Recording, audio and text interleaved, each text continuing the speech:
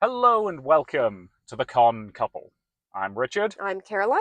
and we go to a frankly baffling number of cons every year. I would say that we go to too few cons, and also your name is not Richard because we're at another furry con this week. Yeah, we are. So what's your name? I am the British brat. Yes, he's the British brat. Brat. I clearly can talk. It hasn't been a long day at all. British brat. Yeah. So British brat. Ah, damn it. Yeah, that's what you put on my con badge this time, because furry cons let you put anything you want on your con badge. Yes, mine says ball gown enthusiast. Which is a very valid choice for you. You're Yeah. not technically in a ball gown today, but I'm in a gown. yeah, So yeah, our costumes, because I think we completely forgot that element of this podcast last time. I think so. So this is another one where we're in Columbus, so it's only going to be about a 45, 50-ish minute drive home. So we're recording this in batches. See, I set you up to talk about what our costume was, and then you talked about something completely different. Obviously, because that's funny. Scooters, there we go. So we are just recording this on after the Friday, just to clarify. So we are currently dressed as, there we go, I got it back. So I'm dressed as a monarch butterfly. Yep, you have a rather fabulous monarch butterfly themed dress and various other bits and bobs. And I'm doing Oberon Lord of the Fae, and there is a reason for that, which we will get on to. But this was an opportunity for me to wear my new contact lenses. Anybody who's met us at a con, I am very blind and I have been wearing contact lenses every time you've met me. You're not as blind as your dad is. This is true. I'm about a 4.25. He is, at one point, I think he was a 9.75 in one eye. This is riveting content. Yeah, the other's not quite as bad, but yeah. So the contact lenses I'm wearing today are red, which is very fun. They do very interesting things to my eyes. And who bought you those contacts? You did, and thank you very much. I've been meaning to get more fun contact lenses for a while. Speaking of buying things, you bought me 2 bunnies for Easter because this is Easter weekend. Yep. And I've been carrying them around today. So let me say that my anaconda don't want none unless it got buns, hun. Boo. Boo, I say. I love you. I love you. So, what con have we actually been to this weekend? You already said AnthrOhio. Did I? Yes, you did. Oh, I lose track. Or at least I said it. So, this is somebody's first time listening to this podcast. Yeah. We're doing a great job with the, professionalism. We're very sorry. So as a reminder, we also record this in our cars. If this is your first time listening to it, we are using lapel mics, which means it's all hands-free. And if there is anything that's overly distracting, we will, of course, let that take precedent over whatever we're doing. Yep. But the point is, we're being safe and keeping with laws in Ohio. Yep, which is where we are recording this. And so if there are any buttons to be pushed, you'll be the one doing them, since I'm the one who's driving. Yes. British Brat is driving. You're going to do that all through this one, aren't you? Of course I am. It's a good badge name. So, AnthrOhio is a medium size these days furry con. Furry cons in general have been going up a lot in popularity. Like pretty much all of them have just been growing consistently. So of the larger ones, every single time there's a new one these days, there's a new number that's broken. Yeah. This though isn't that big. It's few thousand. Few thousand, probably around 3,000, I would guess. At a rough guess, yeah, because they mentioned during opening ceremonies that last year's AnthrOhio, which we were also at, that was actually our first ever furry con, they capped out at just shy of 2,000 people, which was a problem because their venue really couldn't accommodate that many, so they're in a new venue this year. Which again was an interesting choice. I know for furry cons there's a lot of probably issues choosing a venue because they do have a bit of a reputation of not being great hotel guests. Which I don't think is entirely fair. It's a little bit fair. I think it's more a case of when they do weird stuff, it gets creatively weird. Yeah. It's less, just passing out drunk in hallways and more like they've cobbled together some weird nonsense that, they probably should be informing the police about, but, they just asked them to leave the hotel instead. So they've got a bit of a rep, which, again, I don't think is entirely fair. No, they're not doing anything that's, dangerous, but they might do stuff that, hotels don't necessarily want. Yeah. I will say that the hotels who are loyal to them, though, are generally quite loyal to them. Yeah. Because, again, if they do mess anything up, they do pay for it. Yeah. Furries have weirdly deep pockets. That's the thing we've found. And they're also very, very good with their charities. Like, they will be passing around the hat for charity, and whichever charity is associated with a furrycon, they're going to make bank. And the furries are very, very good at making sure that the charity is well taken care of. Mm-hmm. So we explained a little bit more about furry generally in our Motor City FurryCon episode. I did not say Murder City this time.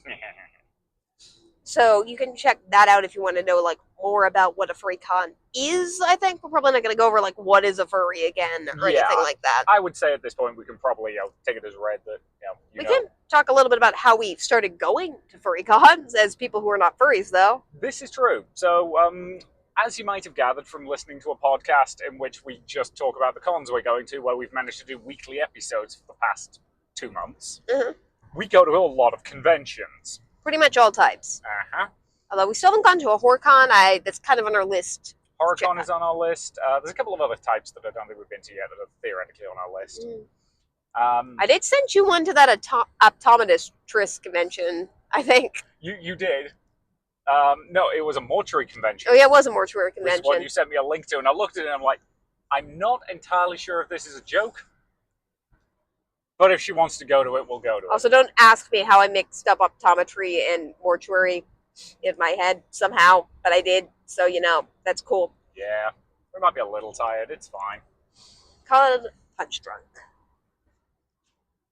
For the record, Punch Drunk is legally sober. Yes.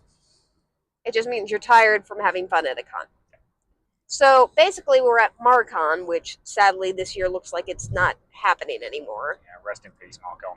MarCon is a small sci-fi convention that we really liked. Yeah. And last year it was held at the Crown Plaza Hotel. Mm-hmm. And by pure coincidence, we found out that the next week the Crown Plaza Hotel was hosting AnthrOhio. It was just on a billboard there. Yep. And I was like, hey, we should go. And you were like... Are you sure? We're not furries. And then I was like, well, we're not really fans of half the stuff we go to. And I checked their schedule, and they had a lot of the types of panels we like, which are the improv, getting to know you type panels. And a lot of game shows as well. We do like game show panels a lot.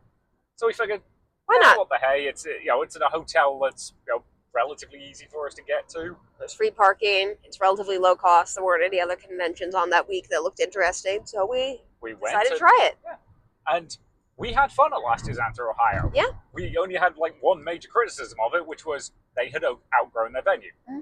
And they actually had a feedback panel, and we went to it, and we were not the only people who said that, and the con's response was, we know, we're working on it. Mm-hmm. And they were. And I do think they did a lot of work to get this venue, because it sounded like they talked around a lot of options. And again, with FurryCons, it's somewhat limited, because you do need to have certain things. You need to have a lot more hotel space. You need to have space for a headless lounge. Key for this particular con is they really like giving people free food. They like having a hospitality suite that offers free food to people who need something to eat or drink. Yeah. And that's actually hard. Yeah, because most cons do not like you bringing in food. Yeah, hotels are a bit twitchy about that because a lot of them have restaurants, they have bars, they have places where they are going to make money off of selling you food. So having a bunch of free food on site, they're not massive fans of that.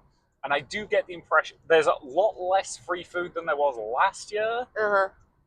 And I think that was a case of meeting the hotel in the middle. They still have their hospitality room. It's just got less stuff in it. And again, I definitely think moving to this hotel was a good move for them. Compared to the one they were in last year. And again, the one they were in last year was a perfectly good, fine hotel that worked.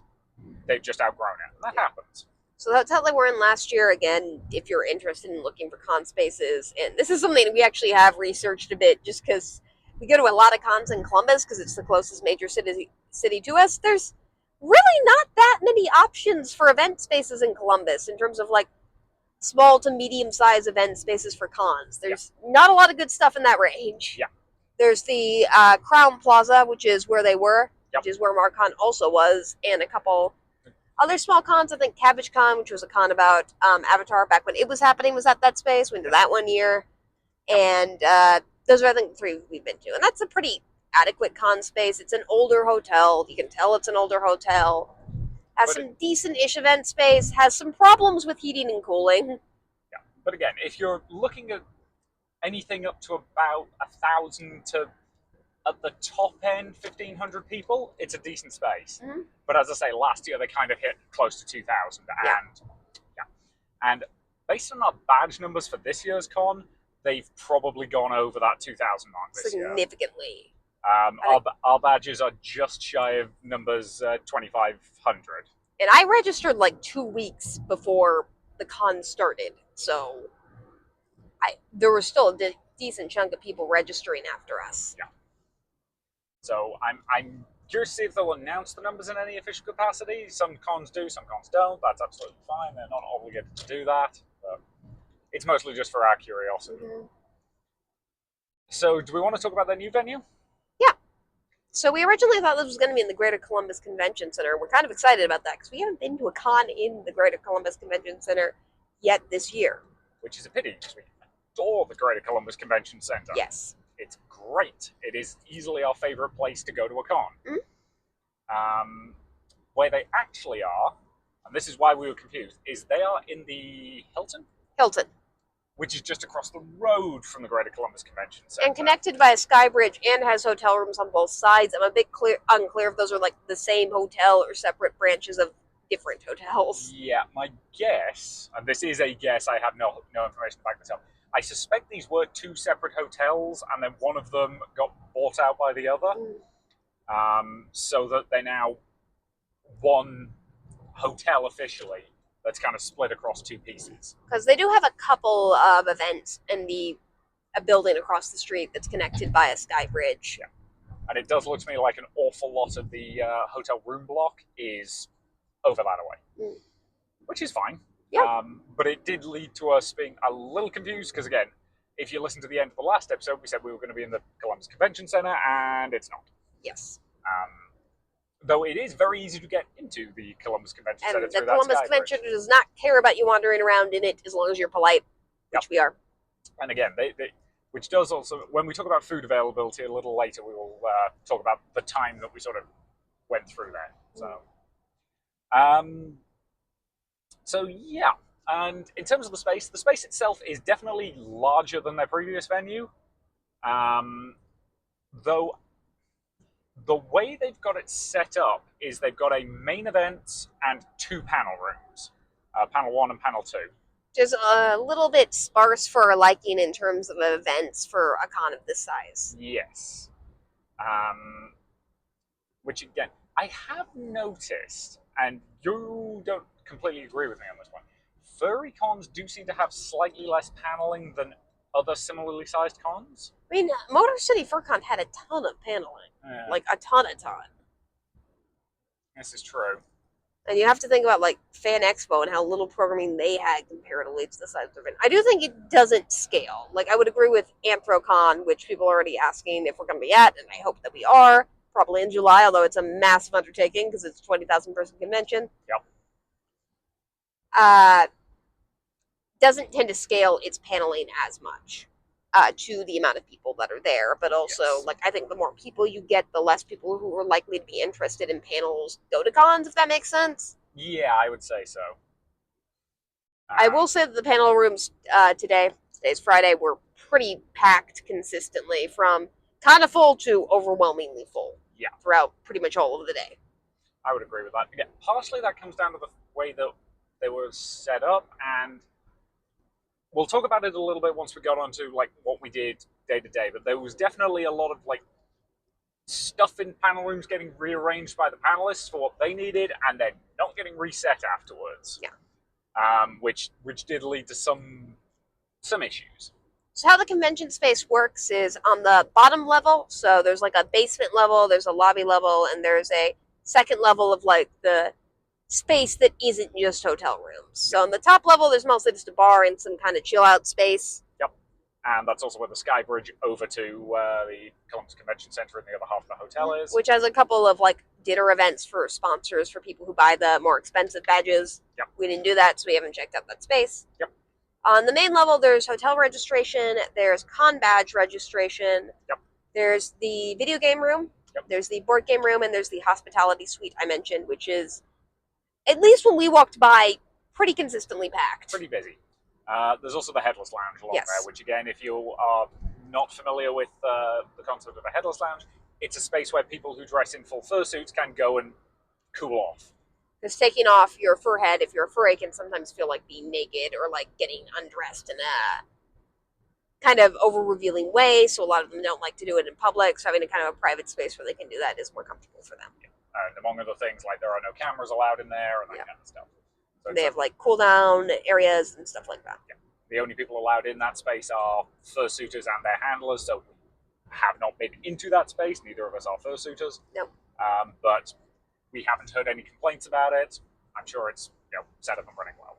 Yeah, I have a feeling that they're all fairly similar looking in terms of how they're laid out, but I don't really know. Yeah. Room, bunch of fans, probably water, a bunch of water, that kind of thing. We have seen into them on occasions where there wasn't like a divider set up, which they normally have, or when they were setting it up before, but we've never been in them because neither of us fursuit. So. But yeah, in terms of the registration process, we actually picked up our badges yesterday. Which I love it when cons do that. It's great. Love it when cons let you pick up your badge a day early. Which again was super convenient. Just went in, scanned the QR code. This is one of the cons that does ID checks. Mm-hmm. So they check our IDs. They had multiple ways for you to get into, because my phone doesn't use QR codes or basically anything because it's 10 years old. So I'm a Luddite. And don't want to get a new phone because I don't want to have to do a Bluetooth jack for my headphones instead of just plugging them in. Yeah, you still like your iPhone 6. Yeah, actually, you can judge me as much as you want. I like my iPhone 6 because it has a headphone jack, and that might be lame, but that's why I like my iPhone 6. It's valid. Thank you for coming to my TED Talk. So, but they had multiple ways. Like, they sent us a QR code day of, even though I purchased tickets beforehand. Because they were trying to be efficient, even though there was no line, which was awesome. They checked us both in at the same time. Yep. Yeah, they basically just said, we scanned you in, and then they just kind of gesticulated to me and were just like, you can come over here. Yeah, but they just took my ID and could have looked me up that way too. So they have multiple ways of doing it if the system wasn't working. Yeah, the guy I went to, his QR code scanner thing was not cooperating with me, so again, he just took my ID, checked it. And also, I always appreciate people working registration who are really excited to work registration because it's the most thankless job in the entire con, or one of them. So. Yep, and they had a laugh at my expense. Well, you told them that you didn't know what your name was going to be for this weekend. Yep, so they picked it up, they looked at it, they sniggered, and then they handed it over to me, which is the correct response. You are the British brat. Uh-huh.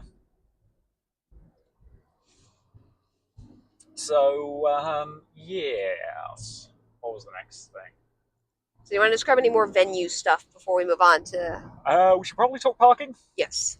So this is one that is being held in... We're not quite in full downtown Columbus, but we're pretty close to it. And Columbus is like most cities, downtown areas, where if you're in the city, you probably know the cheapest place to park that's relatively near to you. If you don't, you're probably paying about $15 to $20 for parking. Yeah. That's a day. Yeah. Now, we managed to avoid that because we have a friend who works nearby, who is quite prepared to lend us his parking pass for the weekend because he is not using it. Richard has told me I'm not allowed to say their name. We're not allowed to say their name. We don't want to get them into trouble, even though I don't actually think their boss is liable to be listening to this podcast. But if their boss was listening to this podcast, they would have to admit they were listening to a podcast about a furry convention. Yeah. And it's fine. But that's commitment if it happens. Yeah. So we have a hookup for free parking that's about a 5-minute walk away. Yes. And as always, for this con and pretty much all cons, we don't stay in the hotel, so we can't tell you the extent to which the hotel comps parking. Yeah. Because a lot of hotels will do that. One con we went to in Chicago, the parking was like $40 a day, unless you got it validated that you were going to, you were either staying at the hotel or the con itself had a parking validation thing, which knocked it down to like $12 a day.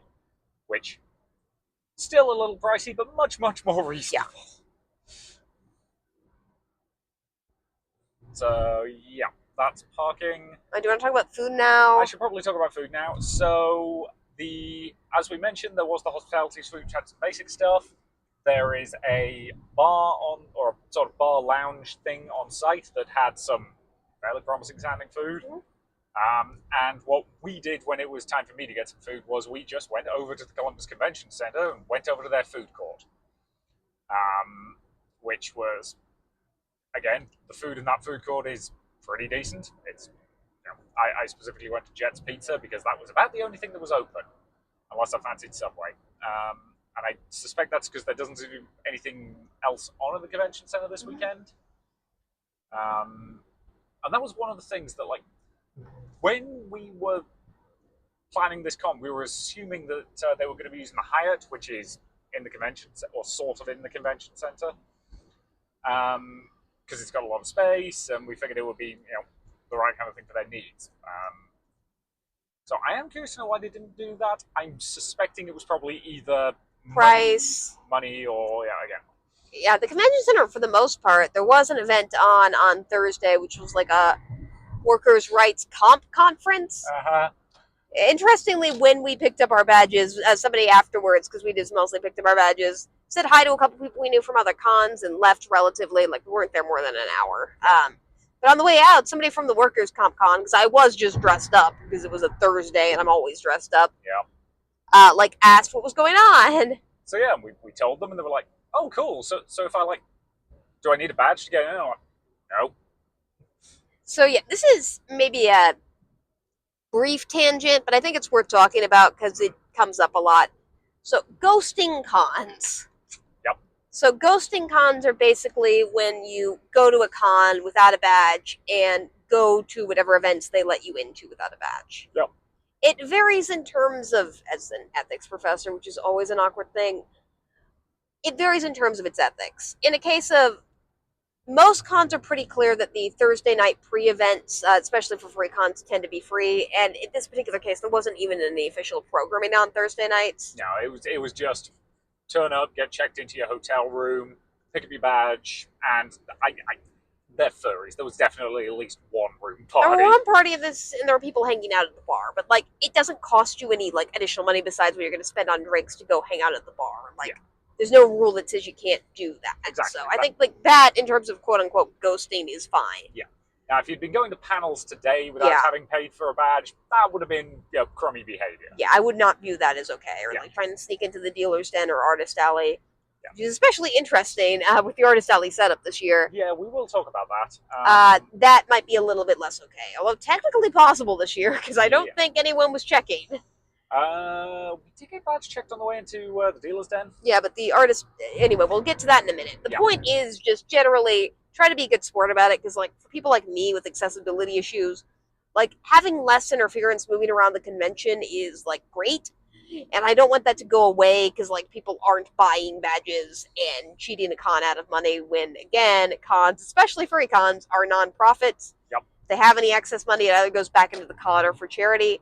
They're trying to put on a fun event for everyone, so just don't be a jerk. Yep. Like, if you can't afford to go to a convention, I definitely think it's okay to, like, hang out at the hotel bar and chat with people. Yeah, like, again, this guy was basically, had no idea this convention was on. Yeah. Had been attending the, like, health and safety conference that had effectively just finished, had to leave that night and was just like, just wanted to go and get a drink with some furries and talk to them. Like, yeah, that's fine. Like, I don't think anybody can possibly object to that. No, and if that's, like, your situation, or you're listening to this podcast, not sure if you want to, like, invest $70 in a con.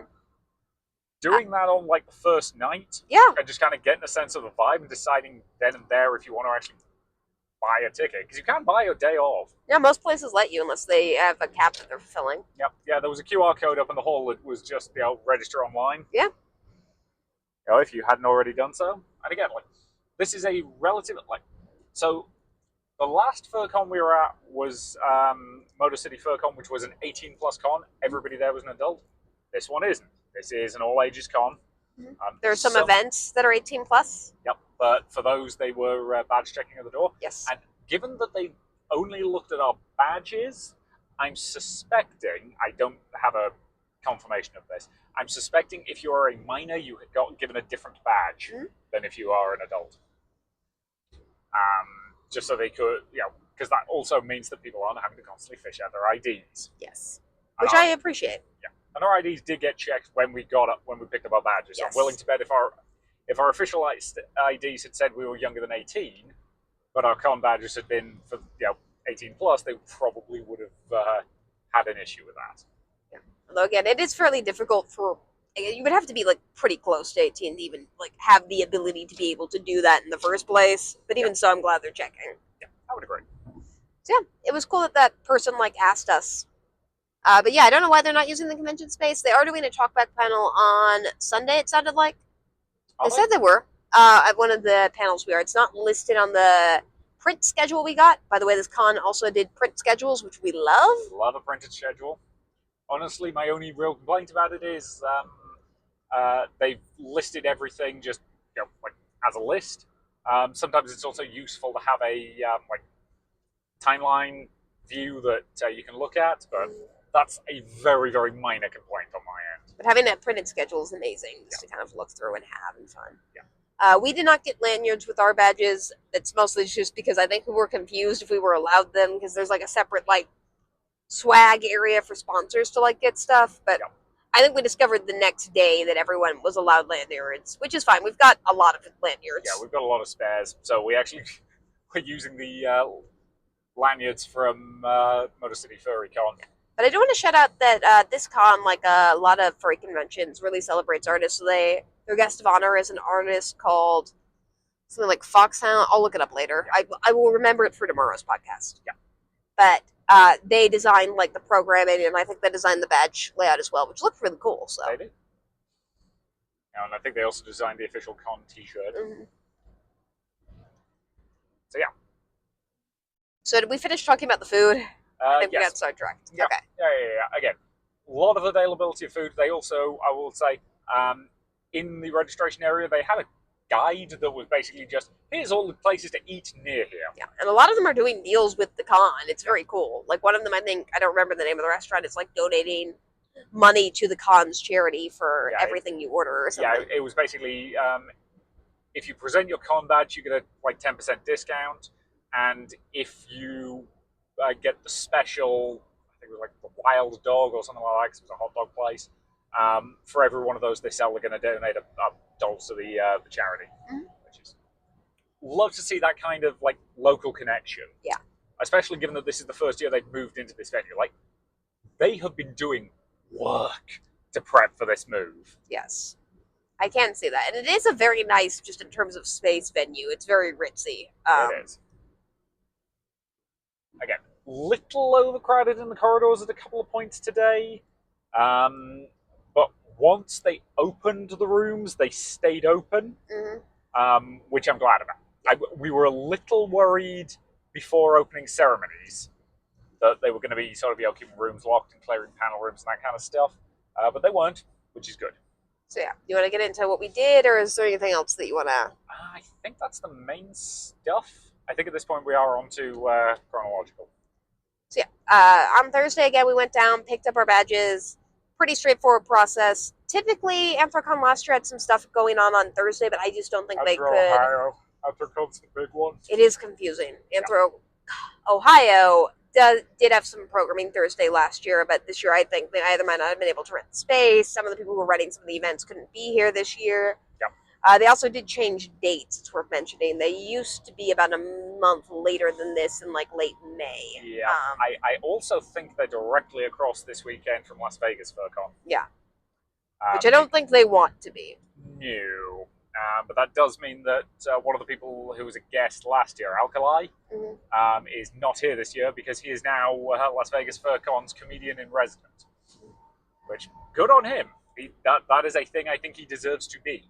Yeah. I'm sure he's having a blast there. Yep. But yeah, so what was the first thing we went to this morning? Oh yeah, it was opening ceremonies. Nice and straightforward. Keeping it simple. So opening ceremonies varies wildly at different cons. Yeah. On what it is, what it does. To what degree you actually need to go to it. You pretty much never need to actually go to it. You don't really. But again, at this one, they kind of were talking about the move a little bit, and and it's also just kind of give you information about the con. Like that's what most of them do. This one also has kind of a con game, which we didn't talk about. So at registration, we got a little like clue board, and and there are places around the convention center where you can like tap your badge to like play the con game. And go to our website that has a QR code. But since we lost the slip of paper, we can't actually log on it right now. But we'll try to do it tomorrow. It's at home. I know where it is. Yeah. It's just on the kitchen table. Yeah. But it's a cute way to kind of, I think, one of the things I think they're doing is just tracking who's going to what space when with the con game, which I think is a cute and smart idea if they're actually using it for any analytics. Yeah. But it's a nice, like, silly little like game you can play just around the con space that is easy enough that anyone can do it, which is honestly kind of nice. Yeah. Because everything's in a fairly like obvious place, so you can just go around the space because it's not that big a space and just find stuff, and then you're good. Yeah, just go around, tap your badge, job Yeah. done. Nice and simple and straightforward. Very cute. Yeah. So yeah, so first was opening ceremonies, and as I say, that was basically just the con chair, new con chair, incidentally. Just talking about things. The chief of staff. They didn't open the room till relatively close to start time, which did mean it took a little bit of time just because it was a fairly popular event, if you can expect, just because there was nothing else on during that time period. Yeah, there was a queue snaking around a decent chunk of the venue. I'm hoping they learn from that and just open the room earlier tomorrow, but again, we're not planning to be there right at start time tomorrow, because I think the first panel we want to go to tomorrow is at like 11:40. Yeah. There's also just space they weren't using for part of the day, which was interesting. Yeah, I did notice that the main event seemed to be relatively empty for a decent chunk of the day,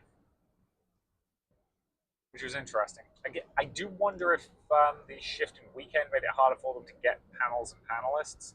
It does seem like they were struggling a bit more this year than they normally would be. Yeah. Which, again, change of venue will often do that. Change of venue, I think they're opposite a major for a con, which a lot of the people who want to go to this con might want to also go to the other con, so there might have been a conflict of interest there. Conflict. As far as I can tell, there's no bad blood between those two cons. No, not that I'm aware of. Sorry. I was just going to say, but I think it does mean that some of the potential panelists got kind of had to choose one or the other. Yeah. It's also just worth noting, we'll talk about this in a couple weeks because we have a special quote-unquote episode planned for the week of graduation because we can't go to a con that weekend because we have to be at graduation. We both have to be at graduation. We thought about reviewing our graduation ceremony, but I feel like our jobs would not appreciate that, so they probably wouldn't. We're not going to do that. We'll do something different instead. Also, I would feel bad talking about a thing that I'm partly responsible for organizing. We can talk about what you do sucks, though. True, I can slag myself off without too many problems. Side note, if you're going to be at the hooding ceremony, I'm so sorry for whatever I do wrong. The hooding ceremony is nothing like what it sounds like. Anywho, the point is, look, most cons have drama. We're not a con drama, channel. No. If it's a recent con or anything like that, we're probably not going to, talk about it, just because... And I want to emphasize, the reason most cons have drama, and I'm not talking about any specific con, is mostly just because the con organizers all sleep with each other, and that leads to drama. I mean, you're not entirely wrong. No, I know I'm right. Most cons, it's done by people who know each other for a very long time and are kind of incestuous as a group, and stuff happened. But as far as I can tell, there's no drama between Las Vegas Fur Con, whatever it's called, and this con. Yeah. That's just the point. Yeah. It's just they had conflicting weekends. Yes. It happens. So, yeah. So, I would say... But some of those people at those cons probably definitely have slept with each other also. Almost certainly. Again, they are all furries. Yes. So... First panel of the day was the intro. That was fine. Pretty basic, just kind of going over the various stuff you need to know at a con. Accessibility seating had a little bit of problems just because they didn't let people who had obvious issues until after people were already, I don't want to say issues, but who were in mobility devices until after people had already started getting into the room. Yeah, which meant that there was a bit of finagling. Yeah. I think everybody ended up okay, but again, they were also only letting people in through one door, which I definitely think was slowing stuff down. Yeah. And the room was not completely full. There were definitely, because we were on the far side of the room opposite the door, there were definitely some seats on our side that weren't full, but it was pretty full. It was pretty full. And because they waited till basically start time to let people in, it meant that opening didn't start till 5 or 10 minutes past. It was about 10 past. Took that much time to let people into the room. Yeah. Which again... Yeah. I'd have let everybody in a bit early. Specifically, I would have, gone, okay, people are starting to queue up. Do we want to open the doors? Yeah. That's when I would have done it. But, because again, we got there at about 11:30 and kind of, we noticed that there was already starting to form a queue. There was probably about 10 people in the line ahead of us. And we were just like, okay, at this point, let's get in this line so it doesn't get completely bonkers. It proceeded to get completely bonkers. Oh, it definitely got completely bonkers, but yeah. Everyone was respectful, and even though I can't really do lines for a long time, I felt pretty okay at that one. Yeah. So yeah, so that was fine. What did we go to? Went to one of meetups are an interesting panel type. You want to talk about them? Sorry, I'm a little bit stuffy right now. That's fair. So furcons do tend to do a lot of meetups of different groups. Mm-hmm. Now, normally if you go to a meetup group at a convention, they're usually based on a specific fandom. Yeah, so and a lot of times it's taking photos. Yeah. So it's like Avatar meetup where like everybody's dressed as characters from Avatar: The Last Airbender, and one person is confused and dressed from the other Avatar. Yeah. It feels awkward. Yeah, but they all get photos together, and let's be honest, if one person dressed as a Na'vi turned up to an Avatar: The Last Airbender meetup, they would absolutely just take a bunch of pictures with that person, and it would be hilarious. But whereas a lot of the meetups they had at this con were, I would say, very interesting, because again, because furry doesn't really have a like mainstream popular successful hit. Mm-hmm. It's all like small independent creators doing interesting stuff. The meetups here were for more social groups. Yeah, would that be a better way to describe it? Sometimes these types of meetups happen in cons, just because at cons you can like find communities. So there are more serious ones, some for people who have like suffer from anxiety or depression or self-harm or things like that, can have meetup groups. We don't tend to go to those because we're thankfully not in a place in our lives where I think we need them as much. I do think they can be really helpful for people who do need them, though. Absolutely. Like again, if you are somebody who needs a support group, mm-hmm. a meeting like that can actually be really, really helpful for you. And again, like we went to one at Concoction, which was our first episode about just disability, and as somebody with a disability, particularly an invisible disability, it was really nice to kind of have that connection with other disabled people. Yeah. And just talk about kind of some of the stuff we go through and how difficult it is. Like, that was really nice. Yeah. This was a little bit more, I think, just kind of casual in terms of just people hanging out and talking. Yeah. It was being moderated. Yes. Do you want to talk about what it was specifically? Do you feel comfortable with that? I'm comfortable with that. Okay. So this was the quote-unquote Ace Furries meetup. Yes. And, I am not a furry. I am somewhere on the asexual spectrum. Yep. I never really sat down and figured that out because I don't find labels massively helpful to me. Mm-hmm. But it was interesting being in that room with people with similar experiences to me. Yeah. And, I spoke up a little bit, I talked, and, again, it was a well-run panel. It was basically two panelists, and just throwing questions to the audience. A lot of give and take from the audience, sharing their own experiences, letting other people share theirs. Yep.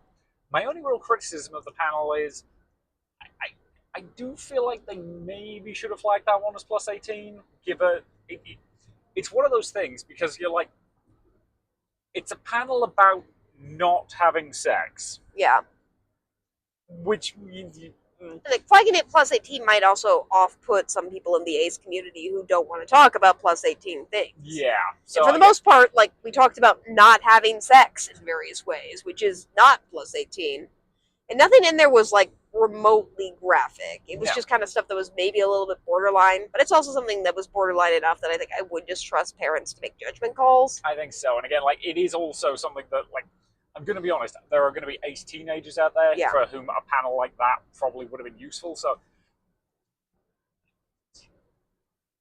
there isn't really a, like, tag this as 13 plus at most cons, but I think, like, probably I was on that kind of stage. Yeah, and it is something for which I do think I would just trust parents to be there. And I just think that's a really good point about, like, ace teenagers and something like that. Nothing sexually explicit was discussed. No, not in any... Again, we were all being very respectful of the fact that it wasn't an 18 plus panel. So we could talk in like broad terms, but nobody went into like any ridiculous specifics. Or Yeah. But again, it was a good thing to go to as somebody who, you know,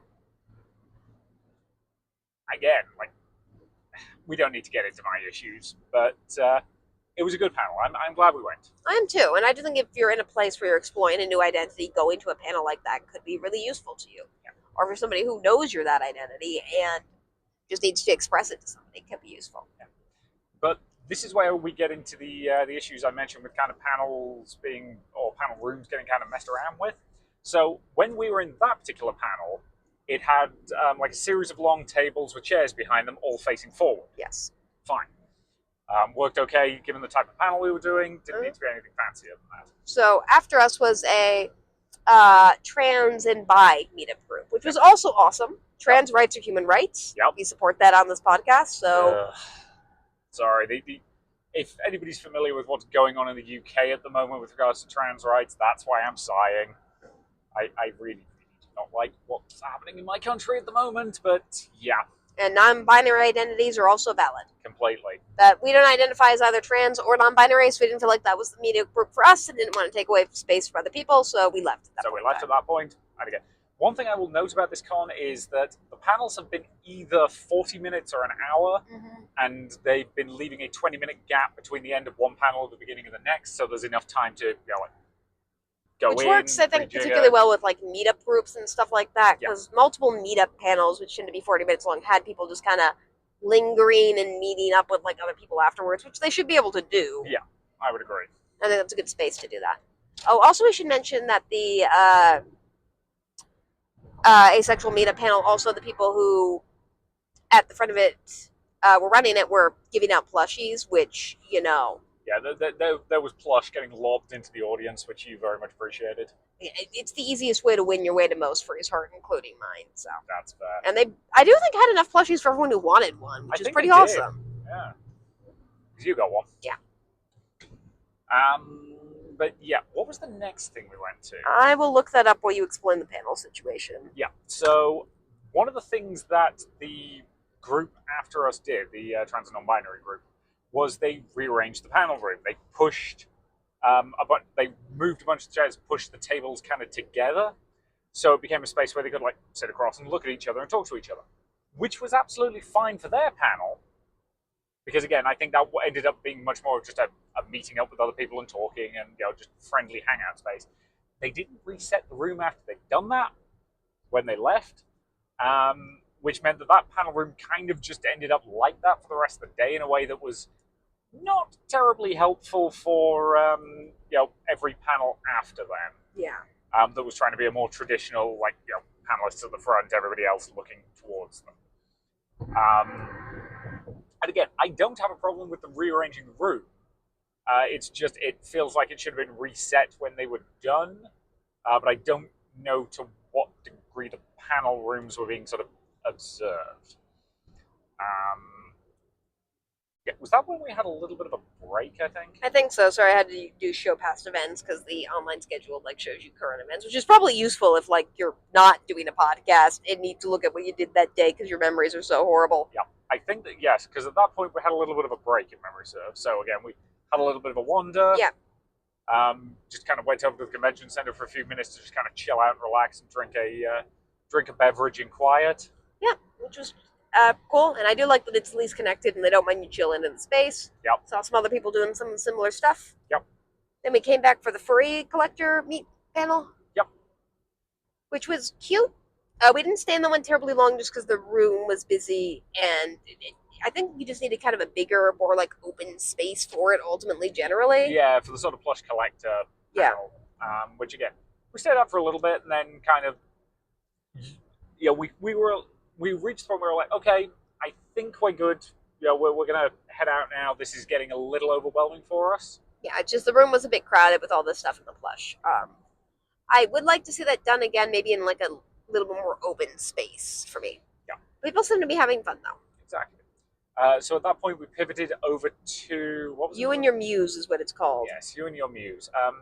And this was another one where the issues with panel rooms getting rearranged. So prior to the You and Your Muse panel, there was a what was it? Show Me Your Camera panel. Yeah. And they'd moved a lot of the chairs out of the way so that they could like move around the room and take pictures and do all that kind of stuff.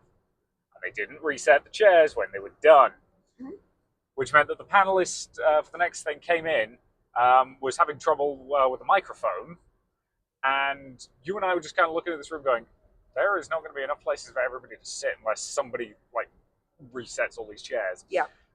So we ended up sort of going up to the panel like, look, do you want a hand wrangling these people into resetting the chairs? And at that point he kind of looked up and I think for the first time really realised that there wasn't really anywhere for everybody to sit. Yeah. And he basically said, oh yeah, that'd be super helpful, thank you. So between the pair of us, we sort of managed I know how to have a teacher voice and be loud so I could project into the room. Yeah, and I also know how to do that. So we managed to sort of, wrangle a few volunteers to sort of reset the chairs. But I do worry if we hadn't done that, I don't know if anybody else would have. Well, I think Boozy for Lawyer Horror Stories was in the room next. Like, I think we just told him, like, dude, we should probably reset the chairs. Yeah. He would have listened to us. He would, but again, that would have been an issue for them. Yeah. But the panel on Finding Your Muse or like listening to your muse, it was an interesting panel. Yeah, it was mostly a bunch of artists talking about like how to draw art. It was tagged 18 plus, mostly because the art they were talking about was 18 plus, but the content itself wasn't actually 18 plus, so that was interesting. Yeah, it was very much a not 18 plus panel that had to be 18 plus because everything that guy draws is. Yeah. So when he was like talking about the stuff he draws, and he's like, it's like, yeah, I draw inspiration from nature, and like I went out for a walk and I saw this really interesting locale, and then I thought, what if there were, the kind of stuff I draw going on in that? Shows picture. Like, okay then, that's why this one's tagged 18 plus. And again, more power to him. Like he tagged, or they, I shouldn't assume pronouns. Mm-hmm. They tagged that panel correctly for the content that was being shown. Yep. More power to them, valid. But again, I think you could comfortably do a version of that panel that wasn't using NSFW art, and it would have been completely fine. Yeah, and it was interesting because that was more, he talked about stuff for about 10 minutes, and then it became kind of just a Q&A open panel. And I'm not noticing this con did a lot of that. Like, pretty much all of the meetup panels and stuff we went to were more like Q&A open panels where it was just a group of people having a conversation, which I like a lot in terms of panel format. Yeah, I think there's a good balance to be found. Yeah, I do think you can also have great like lecture-style panels, but I like the way he ran that. It seemed to be helpful for the people in the room. It definitely took people I feel like he transitioned the Q&A a little too quick because people clearly like weren't quite ready to ask questions just from they hadn't really thought of them yet point of view. But again, that's a hard thing to read with a given room, and you never quite know what you're going to get in that regard. So I think he handled it pretty well. And once people got comfortable asking questions, the panel rolled quite happily. So that's a very minor criticism. Mm-hmm. And then we stayed in that room after that for what's that panel officially called? Oh, sorry, I just put my phone down. Law Horror Stories? Oh, it's Horror Stories. Yeah, you're right, it's Lawyer Horror Stories. Yeah, so Lawyer Horror Stories. Boozy Badger, who has an interesting into the community. I don't know if I should tell this story. I don't think it's a secret. It's true. So basically, the furry community had a bit of a Nazi problem 5 to 10 years ago. Yeah, they called themselves the Third Reich, which is an aggravatingly good pun. And I'm not going to get the exact details of this right, but I don't know if I need to. Basically, some people wanted to ban members of the Third Reich from a convention, or wanted to have somebody else take over their convention, or they were running a convention and other furries wanted to shut it down. One of those types of things happened. Yeah.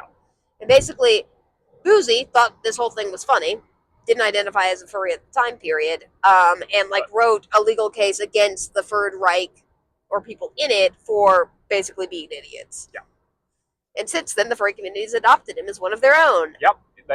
As I understand it, a furry con basically got in contact with them and hey, we read your article about this. Would you be interested in coming to our con as a guest to talk about it? And he went, I'll be a badger. Okay. He said, I'll be a badger. Yeah. And at that point, he became Boozy Badger, and he's been going to FurCons pretty much ever since. Because again, the furry community is extremely welcoming. Yep. So yeah, that's the origin story of Boozy Badger, and he is a very good panel host. This particular panel is relatively straightforward. It's basically just him answering basic legal questions from the audience. Or not basic in my case. Yeah, well, yeah. That was funny. Yeah. And when we say legal questions, this is not people asking for legal advice. He is a lawyer, but he is not acting. This is people asking questions like, "What's the funniest piece of evidence you've ever had to deal with?" Yeah. And things like that. Like it's not legal advice. He did forget his panel was supposed to end at 5:20 instead. Thought it ended at 5:30 instead, but that's okay. Yeah, he overran a little bit, which would have been fine if he wasn't also supposed to be doing the improv panel next as well. That we were also going to. Yeah. Again, it's fun. It's great. It's very entertaining to just watch him kind of talk about law and stuff like that. And most people in the crowd, because they know him, also know how to get him to do bits that are particularly funny. Yeah. So there's a lot of that. Yeah, like the thing about the evidence, the person who asked that question knew exactly what the answer was going to be. Again, this is something for which Boozy's a comedian, and it's his comedy routine. So we're not going to probably share any of his particular stories because it's more funny when he tells them anyway. Exactly. But again, very funny panel. We had fun with it. You asked a question about whether or not he thinks American lawyers should also have to wear wigs the way British lawyers Well, I think I first asked him about what he thought about Rawls's second principle of justice as applied to legal theory in the past 50 years. Yeah, and then you immediately were just like, "No, I'm just kidding. Here's the funny question." Yeah. Because he was giving me that stare down look then. Well, again, he knows what you do for a living. Yeah. Like the first time we went to his legal basics or his basics of law panel. Yep. He asked if anybody knows what the Socratic method is, and you gave him the actual answer, not the short answer. I gave him the short answer the last time, though. Yeah. But it's one of those things where I feel like law is kind of like philosophy insofar as if you're talking to other people in your discipline, and when you're talking to in his case clients, in my case students, you have to learn how to vary your explanation levels for those different groups of people. Yep. But yeah, so again, fun panel, enjoyed it. Again, panel room pretty full. Yep. So the next thing was Iggy's improv hour, which ran up against this and then passed it just because, again, Boozy, I think, thought he started justifiably at 4:30 and not 4:20. No, he started at 4:20. He did start at 4:20, but he was supposed to end at 5:20. Yep. And I think he just kind of forgot that he was supposed to end at 5:20 because it makes more sense to end at 5:30. Yep.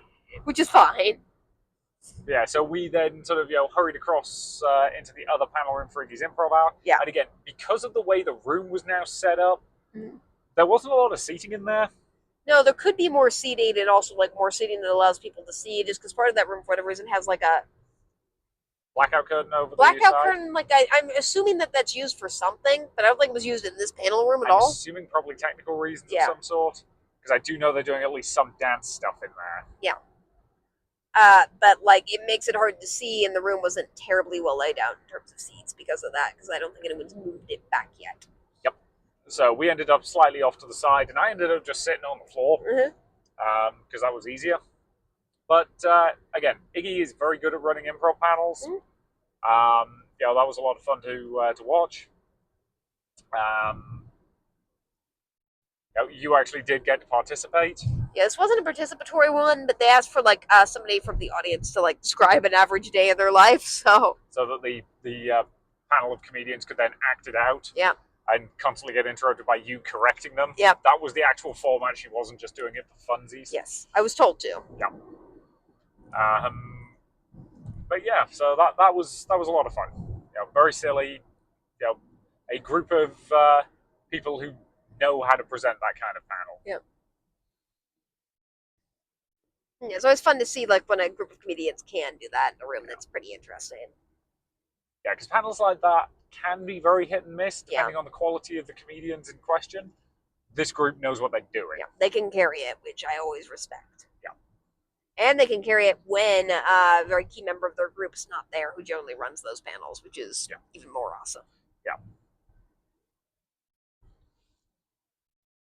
So yeah. What was it after that? We went and got pizza That after was that, when we went and got pizza. which did not deliver on their 30-minute guarantee. Yeah.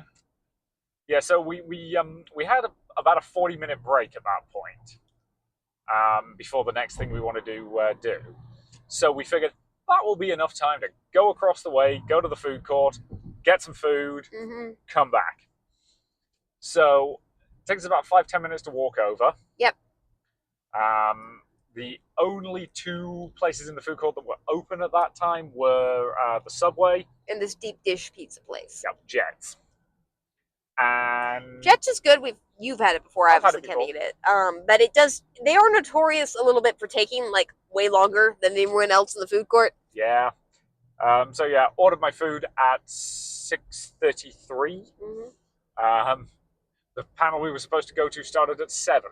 Although it is great to order pizza at a FurryCon where they have to like call out people's names because the names are just like Cypress, Xavier, Furry Pup 7, Yeah. I was relatively normal because I just used my actual name. British Brat. No, I said Richard. In my head canon, you said British Brat. Okay. And yeah, so yeah, we're sitting there waiting for my pizza to come out. We're looking at the time relative to when the next panel we want to go to starts. I'm like, oh dear. You ended up having to sort of leave without me to go make it. And yeah, so yeah, that pizza took a good solid 30 minutes before I got it. Yeah. Which is a little on the slow side. Like, it's a good pizza. It was, but it is a bit slow. Yeah. And there weren't that many orders, although I do think they were prepping some orders for the FurryCon to take over to them, so. Yeah, I think they were. But yeah. It's good pizza. It is. I've still got some of it left because I ordered a large, and with hindsight, that was more food than I actually needed. Yeah, I'm like, so yeah, that may well end up being breakfast tomorrow because last night's cold pizza is the breakfast of champions. So yeah, last thing we did was just AnthrOhio, which, do you want to explain what that is? Yep. So AnthrOhio, you will sometimes find at conventions they do an iron blank competition. So we mentioned previously at Bourbon City we did the Iron Maker. There's iron costuming, yep. or iron fursuiting, I think is a common one here. It's basically like you have a limited time to like create something based on like the limited materials or prompt that you're given. Yep. So AnthrOhio is exactly what it sounds like. You are tasked with writing something. In this case, it's a maximum of 1,000 words. And on Sunday, they will all get presented. You can either read it yourself, or if you're not comfortable doing that, the con staff will read it out for you. And it will be judged by various people, including the guest of honor, representative of the charity, a couple of other people. Again, we did it last year, and last year we enjoyed it because one of the things that AnthrOhio actually tells you to do is write bad. Yep. You are not write badly. Yes, you are not trying to write high art. You are trying to write something that's kind of bad, but in an enjoyable way. Yeah. So last year we, you penned an opus regarding a cow suddenly gaining higher order consciousness.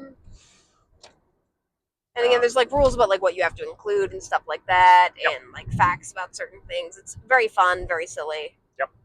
The main problem they had last year was they were having nosebleed from the dance next door, which meant that when people were presenting, it was really hard for people to hear. There hasn't been too much nosebleed at this hotel compared to the Crown Plaza, so I'm hoping that won't be an issue, but we'll report back on Sunday if we have time to write something. Yeah.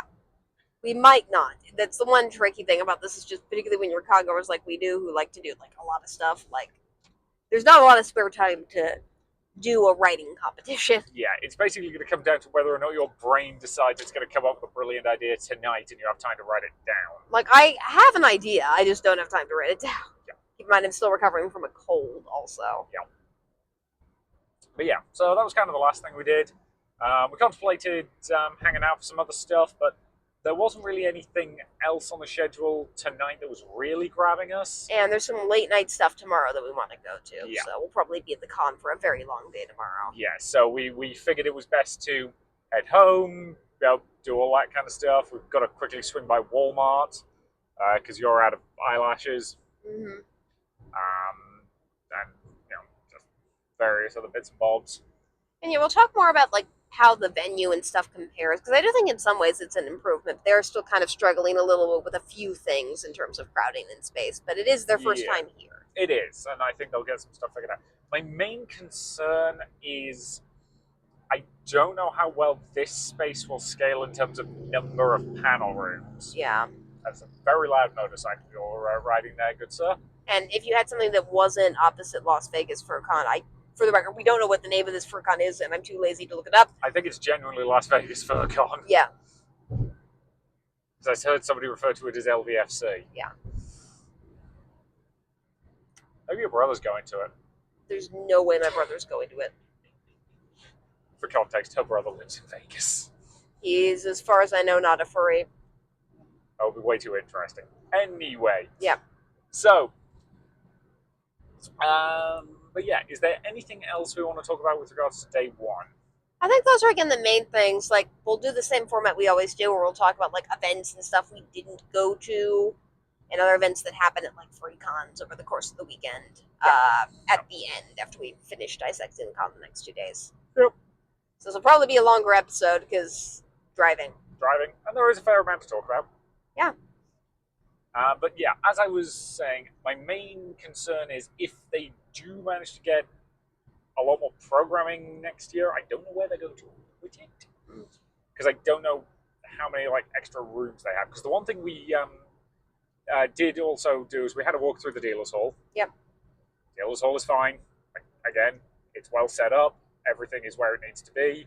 I have no significant comments or criticisms or complaints about it. The artist hall is a bit weirder, though. Yeah. So there's effectively a sort of corridor that loops round the lower level. So the panel rooms are off it, the main stage is off it. Yeah, it's basically just a circle, and you can go into the main events and dealers hall, which is called Dealers Den at a furry con, are in the center, and you have they're like doors on 3 of the 4 sides, with the 4th side being the street, and then from the other 3 sides on the exterior side are the panel rooms. Yeah. But the artist alley is just in the hallway. Yeah. Which is good insofar as it gets exposure, but bad insofar as, like, there's a limited number of spaces you can even have there. Yeah. They've probably got, what, 10-ish? Yeah. Somewhere in that ballpark.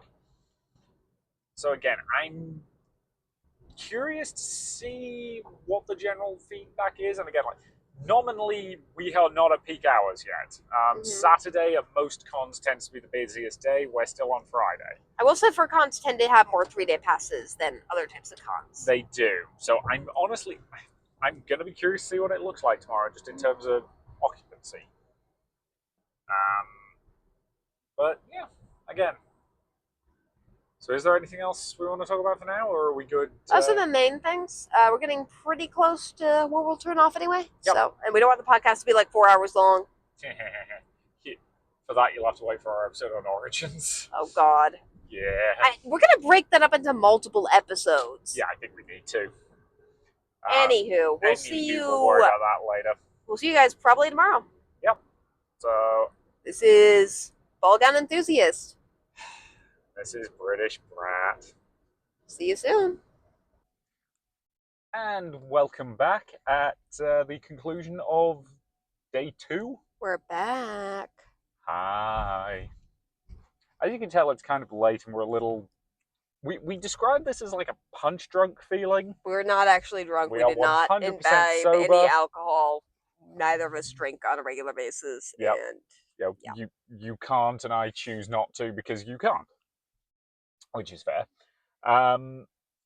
But yeah, it is currently 12:23 in the middle of the night. So we're a little tired. We've had a fairly long day. We got there at what? 10:30 this morning? I think that's about right, yeah. Yeah. So it's been a bit of a long day. Do you remember what we did first thing? You don't, do you? Yes, I actually do. So should we talk about like getting there and stuff first? Possibly. Is there much to say? Mostly just registration and stuff like that. So again, we got there about 10:30. Yep. And we did kind of lie to you last night. We did go to Walmart this morning to pick up stuff because we decided we were too tired on the way back home. Yeah, so I got up at 6 a.m. and did it then instead. You did not have to get up at 6 a.m. to do it. Okay, it was about 6:30, but you wake up at that time anyway. That's fair. I want. No. So, yeah, so I went to Walmart this morning, did the shopping we needed to do while you were putting on makeup. Oh, look, there's somebody on like one of those dual bikes over there that keeps going around. It's real mesmerizing. Neat. Also the fuzz. But, yeah, So we got to the con around 10:30. Registration opened at 10. Yes. Speaking of which, you put the con badges in the... Yes, I put the con badges safely back in the compartment. We'll have them for tomorrow. Jen, pro tip, keep your con badges if you're staying off-site in your car. Yep, it means you don't have to worry about forgetting them the next day. So registration had a bit of a line this morning. Yes, it did. But I do get the impression it was moving fairly speedily. Yes. We were not in the line nor monitoring the line, but it did have one. That's just generally Saturday rush, and as we've mentioned before a bunch on this podcast, Saturdays pretty much always, with some rare exceptions, tend to be the busiest days of a con. Yeah. And today I think it showed pretty much all day. I would say that was a fairly accurate statement.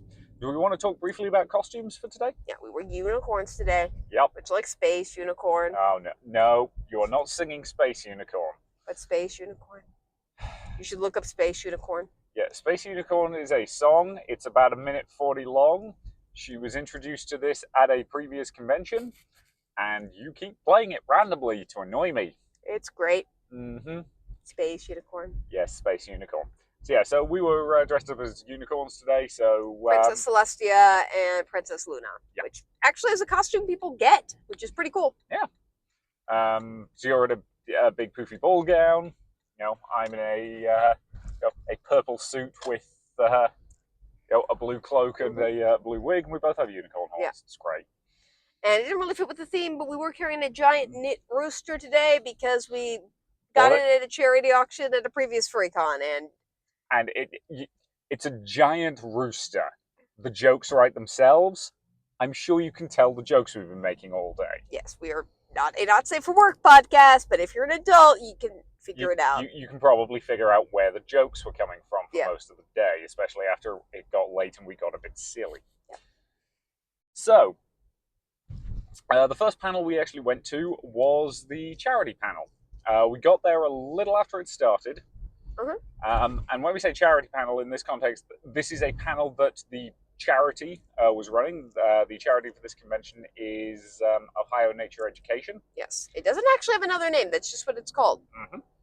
And so they were doing a panel on educating you about nature-y stuff. In this particular context, they were discussing the kind of plants that you can plant in your garden here in Ohio to attract certain kinds of wildlife. What you should be using, in order to help the local wildlife, and species to avoid because they're invasive or non-native and that kind of stuff. Good panel, had literature prepped, which is always nice to see. A lot of information about somebody who knew their stuff about caring for gardens and animals, and a lot of pictures of animals, which I always like. A lot of pictures of animals. Including Canadian geese. Including a couple of Canadian geese. Which, in fairness, the host didn't seem excited about because they're like mostly a garden pass, but I was excited to see them. Yes, because we do love geese for reasons that are too complicated to explain at this point in this episode of the podcast. Maybe we'll talk about it at some point. So, that panel was perfectly fine. Perfectly decent way to start off. As we said, we came in a little bit late because we hadn't... I think the first panel we'd really wanted to go to was the one that was after that. And we figured, well, there's nothing really, nothing else on, but this is in the same panel room. It makes sense to kind of turn up, listen to this, and transition straight into the next panel. So we did that. There was some slight confusion insofar as we're sitting there, and it's getting time for the panel to start. We're the only people sitting in that room. Yeah. And we're confused about it generally. And again, no one's monitoring. Somebody who was con staff asked if we were staying for the next panel and was completely cool with it, so we just sat there and hung out. Yeah, which, again, they have not been clearing rooms at this con, except for one thing that we'll talk about a little later. And they've just been letting you stay. Yeah. and that's the correct way to handle it. Good job. Yep. Um, but so what basically happened is at the panel's official start time, somebody outside realised that the doors had got closed, but nobody was like manning them to open them. So they just sort of opened them with like, oh, I think we could have gone in at any time, and then everybody kind of flowed in, and I think there had been a queue outside, which there didn't need to be. Mm-hmm. We feel a little guilty for not realising that was happening and checking. Yeah. In our defence, the panelist also did not realise, but he did not get there until a few minutes before it was due to start. Yep. And the panel in question was Scribbles and Bits, which was hosted by Iggy. Mm-hmm. And Scribbles and Bits is an interesting little panel. It's, how would you describe it? It's one of those collaborative storytelling games where everyone adds a sentence to a story. Except because it's a con, there's way too many people for us, everyone to just add a sentence to the story. A bunch of people like submit sentences, and then everyone votes on like what sentence they want next. And Icky always runs this panel, and he always begins it with "It was a dark and stormy night," and it just continues and evolves from there. I love the fact you said devolves instead of evolves. It definitely devolves. It definitely devolves. I mean, the opening line that won this time was, "It was a dark and stormy night," and it continued to be a dark and stormy night. Yeah, I think half the lines in the story were just about it being a dark and stormy night, which is kind of great as a meta author like challenge. Yeah, it was hilarious. And again, like the point is to have a laugh. Yep. And again, that panel went off pretty much as well as it always does. Mm-hmm. Like, it's a panel that's very reliant on the quality of the weird nonsense that the audience throws out. And the audience threw out sufficient weird nonsense for it to be a fun, enjoyable time. What was it next? Oh, yeah. Next up was Question This. Yes. And for this one, it was immediately afterwards in the other panel room. Mm-hmm. And getting a good seat is a thing you need. Yep. Partly because of your disability and partially because you're in a giant goofy ball gown. Yep. So I actually nicked off at the end of Scribbles and Bits a little early and went over to the other panel room to try and nab a good seat. It's a good job I did that. Because the panel that had been in that room beforehand was the fursuit making panel, where they were actually like making fursuits out of scrap. Yeah, they were not even close to finished tidying up after that. Not even close. This, I think, was the first of 2 times today where we just kind of voluntarily helped clear stuff up. Yeah, to be clear, we don't want like credit for any of this. We're happy to help cons where we can. We are. It's mostly just a case of the fact that we've ended up kind of having to do it a couple of times. A little bit of disorganization in this con. It would be nice if there was somebody, and again, there's an in-between to this. Like, I do not want somebody just breathing down our necks, monitoring every single room, and I do prefer this level of disorganization is to having somebody, like, at every door, checking every comm badge, and saying you can't go in until exactly when the panel starts. Like, that's miserable. That's way more miserable than this. I would rather have this. I would agree. But it did, lead to the immortal item, just to have a quick check of the chairs, see if there's anything on them. Well, there's some stainage on this one. Let's have a look. Oh yeah, that's blood. I can get that off. I do not know what the previous panelists were doing to get blood on one of the chairs, but they did. But they cleaned it off very efficiently. Cool. So, yeah. I do not know what's involved in making your own fursuit, as I've never attempted to make one. I assume that there would be less blood. Well, I suspect, speaking as somebody who does Warhammer as a hobby, X-Acto knives are a bit pokey if you're not careful with them. And I do know that some X-Acto knives were being used as part of the fursuit making process, so I suspect something slipped and somebody got a bit stabbed. Yeah, I can't remember. I don't think I ever showed it to you. Did I ever tell you about the picture one of my friends sent me one day that was just like, yeah, so I was building a Warhammer model and this happened, and it's just a photo of his arm with a pretty hefty slice in it. I really don't need to know this. I don't think our audience of whoever's listening to this needs to know this. That they don't, but children, please be careful with knives. That's all I'm gonna say. We're not in that panel. I suppose I would rather have them have like what they need to do it and just try to be more careful in the future.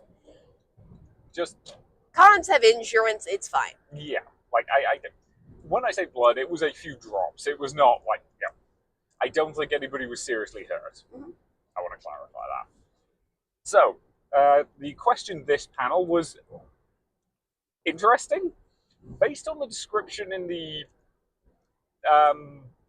program guide. I was expecting it to be a little more of an actual quiz, Yeah. as opposed to.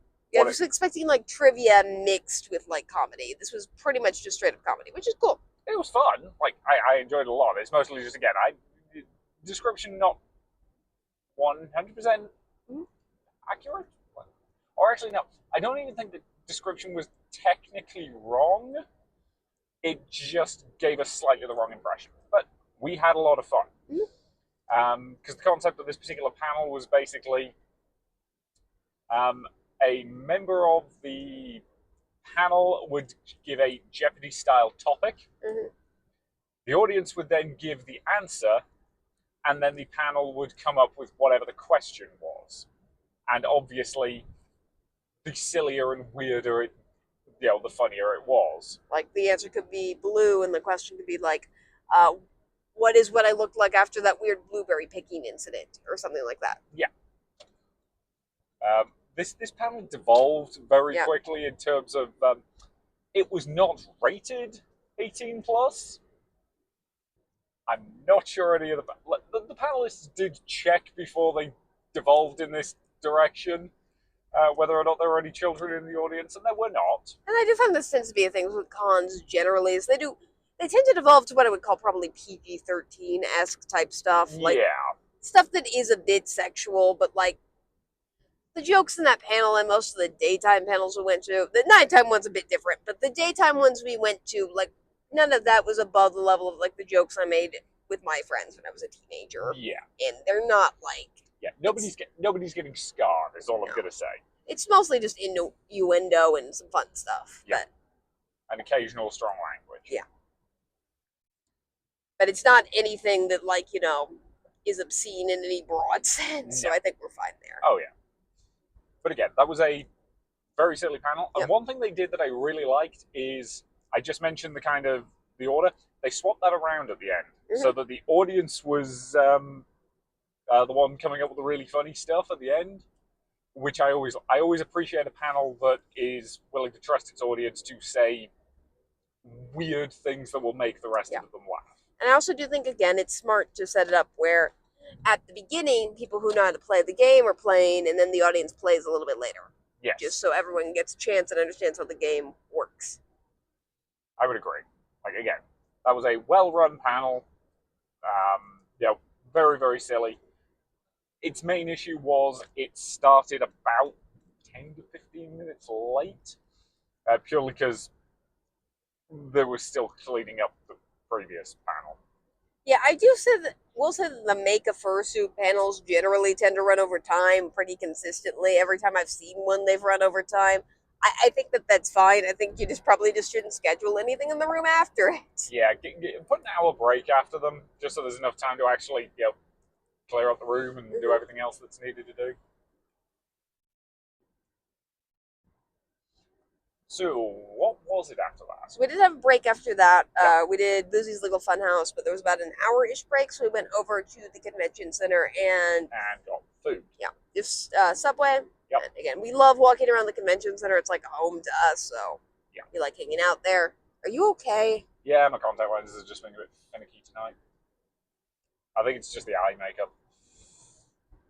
So... Yeah, I put makeup on him. I put like a shade of eyeshadow and some lipstick. You put 3 different shades of eyeshadow on me. That's technically... You blended them very nicely, but... Thank you. You did put 3 different shades. My point is he's a wimp. Yes. I'm also wearing lipstick. I don't do that very often. I said lipstick. Did you? Yes. Okay. We do love each other. It should be established. Yeah. So yeah, we went over to get food, played around in the convention center for a bit, and then we walked back over to go to Boozy's Legal's Funhouse, which is a podcast panel. We talked about it at MCFC. Yep. I will say this panel, or this con, even though it has a lot of the same people, is doing different panels than MCFC. Yes. And one thing I will say is that Boozy's usual co-host for Legal Funhouse is Alkali, who, as we mentioned earlier, is currently in Vegas. Yes. So he was not present, so they had the next best thing. They had a sock puppet. Mm-hmm. Of Alkali. Of Alkali. It was played by, I think, Boozy's roommate for this con, who's a great artist, so... Yep. Like, it was a good sock puppet. It was a good sock puppet. Plus, they also had Iggy and one of the other comedians who they do a lot of work with, Dragor. Mm-hmm. And yeah. Dragor also has an impressive number of costumes. I think he wore, like, 3 different costumes today. He did say... I saw him in at least 2 different ones, and he did explicitly say he was wearing 3 different ones. Mm-hmm. I can't confirm the 3rd one, but we definitely saw him do at least 2. We admire anyone who does costume changes. Yep. But no, again, Boozy's Legal Funhouse is a very well put together podcast. He's somebody who's been doing this a while and knows what they're doing, which meant it was quite entertaining. A little depressing, but also quite entertaining. And again, when you're talking about the law, sometimes it's going to be a little depressing. Yeah, this episode, I think, was on birthright citizenship. As people who are going through the immigration process, we probably can't say more than that. Yeah, we're going to stop right there and we're going to move on. Yep. So, what was after Legal Funhouse? That was the Fursuit Dance competition, wasn't it? No, that was Citrine's chaotic charity concert. Oh, yeah, it was. I almost forgot about that. I'm so sorry. So, yeah, we stayed in main events, and the next thing up was Citrine's charity concert. Citrine is a prominent member of the furry community. They are blind. Mm-hmm. They're also a husky. I think that's important to note for their furry identity. Yes, they usually refer to themselves as Citrine the Blind Husky. Mm. They are very open about that fact. They will make a lot of jokes about that fact. We are not going to make jokes about that fact. That is their thing to laugh about. Yep. And, yeah. But they are also... okay? Yeah. But they are also a very talented singer. They are. I'm glad that we don't typically go to music performance panels at cons. I'm glad we went to this one. I really enjoyed it. Yeah, so did I. And it was interesting because they had songs, they did some cover song medleys, which I thought were pretty good, and they also had some songs that they had written themselves, which, they had songs about the furry community, which is pretty cool, but I thought it was really cool as somebody who just loves conventions that they had songs that were about conventions. Like, I really liked hearing songs about conventions, because, like, I get a warm, like, fuzzy feeling when I go to conventions. It was nice to hear that, like, expressed in a song. Yeah. It was focused on furry conventions, but it talked about conventions pretty generally. Yeah, like the last one that they did was all about, like, wanting the con to go on forever. Mm-hmm. I get that. I really do. Especially if you're not crazy like us and go to, as many conventions as we do. If you only do sort of 1 or 2 a year, I completely get wanting it to feel like it's going to last forever. Yeah. Because again, for a lot of furry conventions, it's going to be one of the few times you can A, express that part of yourself, and B, do it around your friends. And yeah, parts of that music spoke to me. He also did Wonderwall. After being begged to do Wonderwall by the audience. Yeah. Again, if you're a guy standing on stage with an acoustic guitar, you're gonna get asked to do Wonderwall. He's very talented, beautiful voice, great singer. Again, I tend to lose patience with music. I saw you closing your eyes at points during that panel and just enjoying it. Or falling asleep. I wasn't really sure which one it was. I can thread that needle. No, I can't remember if I've mentioned on this podcast before, I play the violin. I don't practice anywhere near as much as I should. I'm very uncomfortable playing in front of other people. The last time I played in front of people was at our wedding, and I only did that because you asked me to. Yep. You did great. No, I didn't. I know where I made mistakes. People were recording that. Were they? Yeah. Oh I no. love how your voice cracked there. Yeah. Um. Yeah, I know where the mistakes I made were. Fortunately, everybody was distracted by how gorgeous you looked, so nobody noticed. Um. But way back when, there was a picture taken of me. This was when I was 18, somewhere in that ballpark, playing the violin, and I had to close my eyes because I knew the piece of music I was playing well enough. I did not need to read the sheet music, and I do sometimes like to just kind of close my eyes and be in that moment when I'm playing, and I was getting the same feeling in that concert, if that makes sense. Oh, I could tell. It was really sweet. I was also a little tired, I'm not going to lie. That's fair. Again, this is a very long day. Saturdays tend to be. And the floor, I would point out, is there's a reason why we were staying in rooms as much as possible today. Pretty much the entire main area was packed. Yes.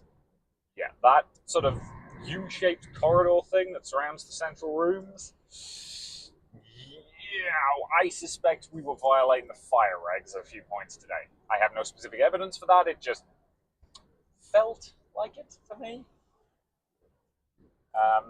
So yeah, we do want to talk about that, but I think we'll save that for tomorrow in our wrap up of the con. Yeah, and also the stuff we didn't do because again, there's a lot of stuff like the fursuit parade, which happened today. That we just, I like fursuits; they're cool. I like looking at them from like afar.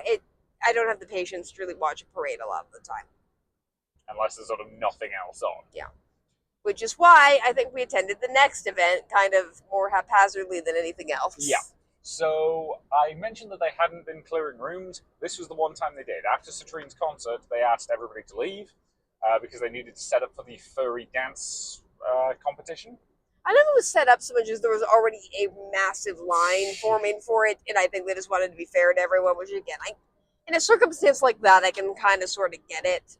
It does kind of suck for people who want to see Citrine's concert and then also go, but I do think if you had gotten in line like right when we did and you didn't care about when you sat, you probably could have gotten in at that point. Probably, but when we say massive line, we mean it was both directions and going basically around the entire con space. Yeah, and I heard people talking. It was not clear because they were lined up on both sides. Stop checking your email. It is midnight. Yeah, so why on earth am I getting sent a text about the men's bowling team being out of class?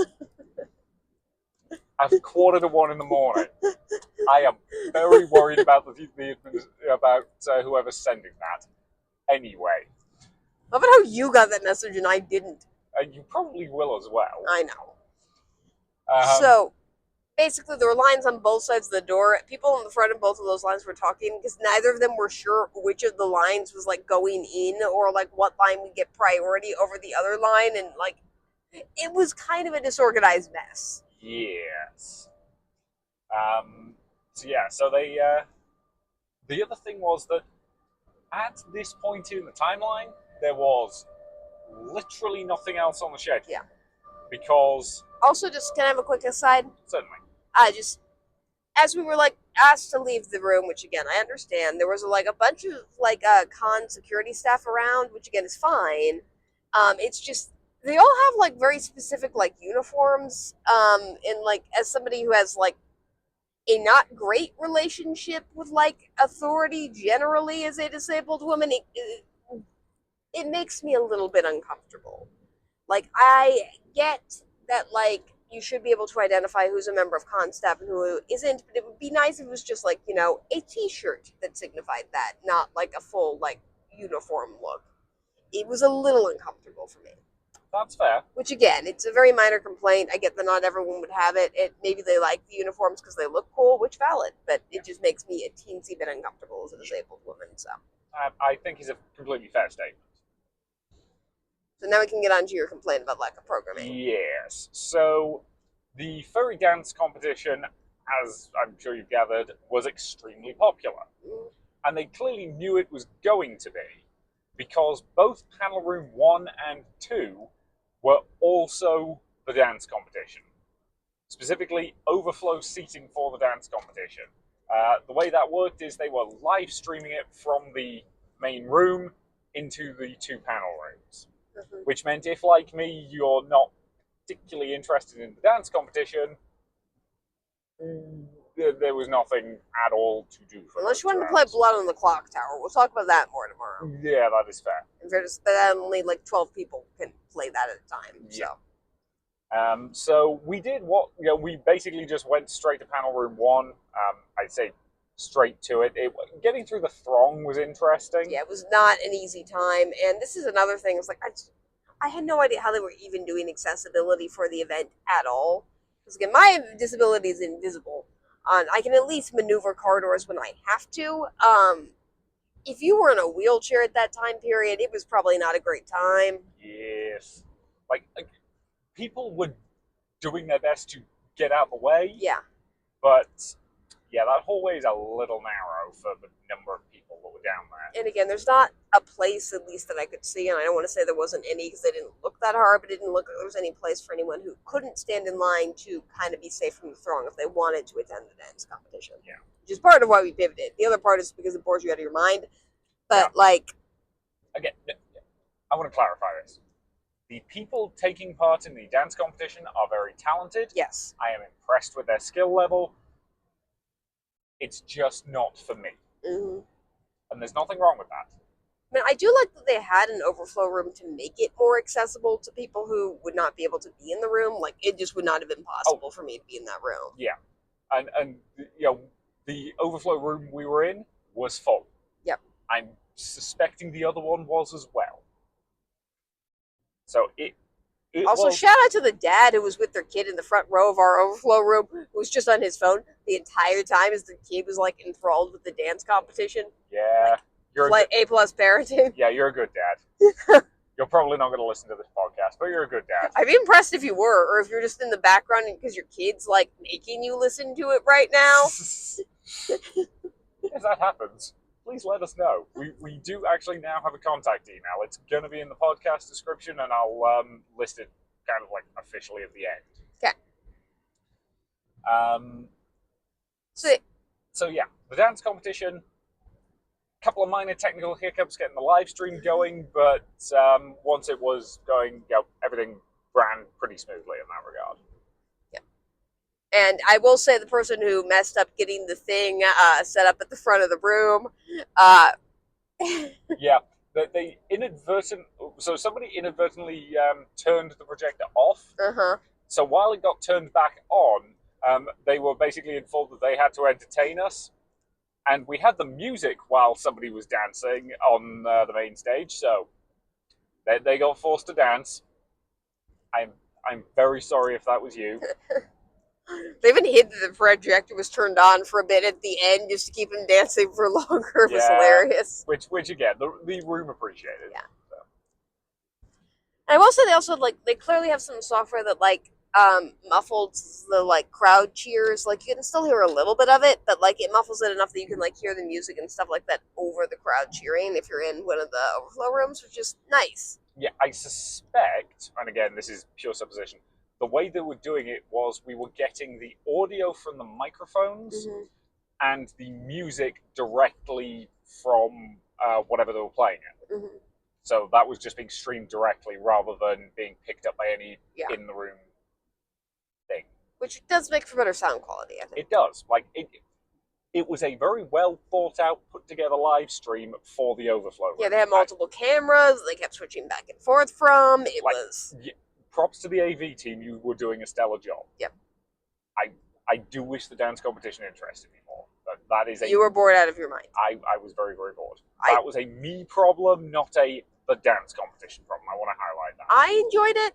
Again, it's something for which I probably wouldn't seek it out just because of how popular it is, and with my disability, it's just going to be a no-go for me. And also when my husband gets bored, he either looks at his phone, which is fine, but he doesn't believe it's fine because he thinks it annoys me, or he just fidgets constantly, which actually does annoy me, so it makes it harder for me to enjoy. Yeah, it was making my wig extra itchy. He's a wimp. Yes, I am a wimp when it comes to costumes. And again, this is like drag. I think we might have talked about this before. Neither of us are really big fans of watching drag, not because we have any problem with people performing it. They absolutely should be allowed to and make money from it. It's just something that doesn't particularly interest us. Yeah, which again is a fair and valid point to have. And again, I am very glad the the dance competition happened. I am very glad people enjoyed it. I just wish there was also some other stuff on. And because both panel rooms were being used as overflow seating for it, which I think it needed to be, there wasn't anything else on for 2 hours. Yeah. So after that, we went back to the main stage. Or well, we went for a little bit of a walk in the convention center just for a bathroom break and and to check out this like really overpriced market that they have on the other side of the Hilton. Yep. It has a bunch of really ritzy stuff, including like beer and liquor you can buy. But there's not prices on any of it. Yeah, which mean what's the old line? If you have to ask, you can't afford it. Yeah. That was the vibe I was getting from that. Also, we forgot to tell about the children interactions that happened today anonymously. Yeah. So yeah, a parent came up to you because their child spotted you and said some variation of, "Mommy, I think that's a unicorn," and that was just adorable. Yeah. They took your picture. The child was too nervous to be in the photo with you. And it was so cute. It was adorable. We love it when that happens. So at one point, this was many cons ago. I don't even remember which con this was. This is Missouri. I will take your word for it. We had to pop into Walmart on the way back from the convention, and you were in your giant Persephone ball gown for that one. And a small child just saw you, ran up and hugged you because they just saw a princess in Walmart. And they realized there was some magic in the world, and that was beautiful. Yeah. This was just, I think, a toddler earlier today. It was just like, what did they say again? It was just a point and adoring look. Yep. And I love it when you get that reaction out of kids. Like it's adorable. Yeah. You just add a little bit of magic into their day in a way that I think kids need sometimes. Yeah. But yeah. Again, it's one of the fun parts of cosplay. And I will say the furry community is also great. Like we took a lot of pictures with them. A lot of compliments there, and they're very respectful. And I will say, one of the panels we were in earlier, my dress was kind of in an aisle. And Sigma the Wolf, the person who was hosting the question this panel, was incredibly good about not stepping on my dress. Yeah, just maneuvered around it. And I think they used they, them pronouns, but they also said that their pronouns were like... So one of the things that this con does, which a lot of cons do, is they have con ribbons with pronouns on, so she, her, he, him, etc., etc., etc. And they also have ones that just let you add your own if they're more complicated than the boring ones. And Sigma had a lot of those. Yep. With a lot of weird things on. Yep. I can respect that. Yeah.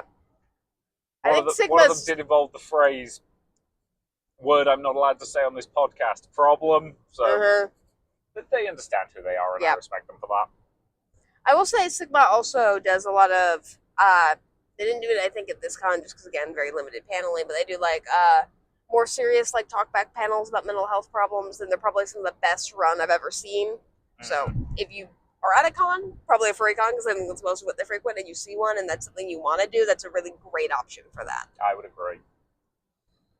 I think that was last year's AnthrOhio. It was, and again, it was the best one I've ever seen done. Yeah. Sigma's an incredibly empathetic person. They're really great at managing that. They were really respectful of my disability today, so just awesome shout out to them. Yeah.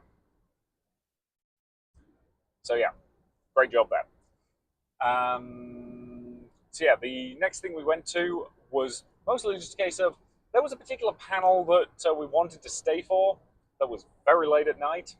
It's the reason it's the reason it's currently 1 a.m. So we had a little bit of time to kill, and we were kind of debating what we wanted to go to. And we happened to notice that the Smash Brothers tournament was on the main stage, running 8 until 10.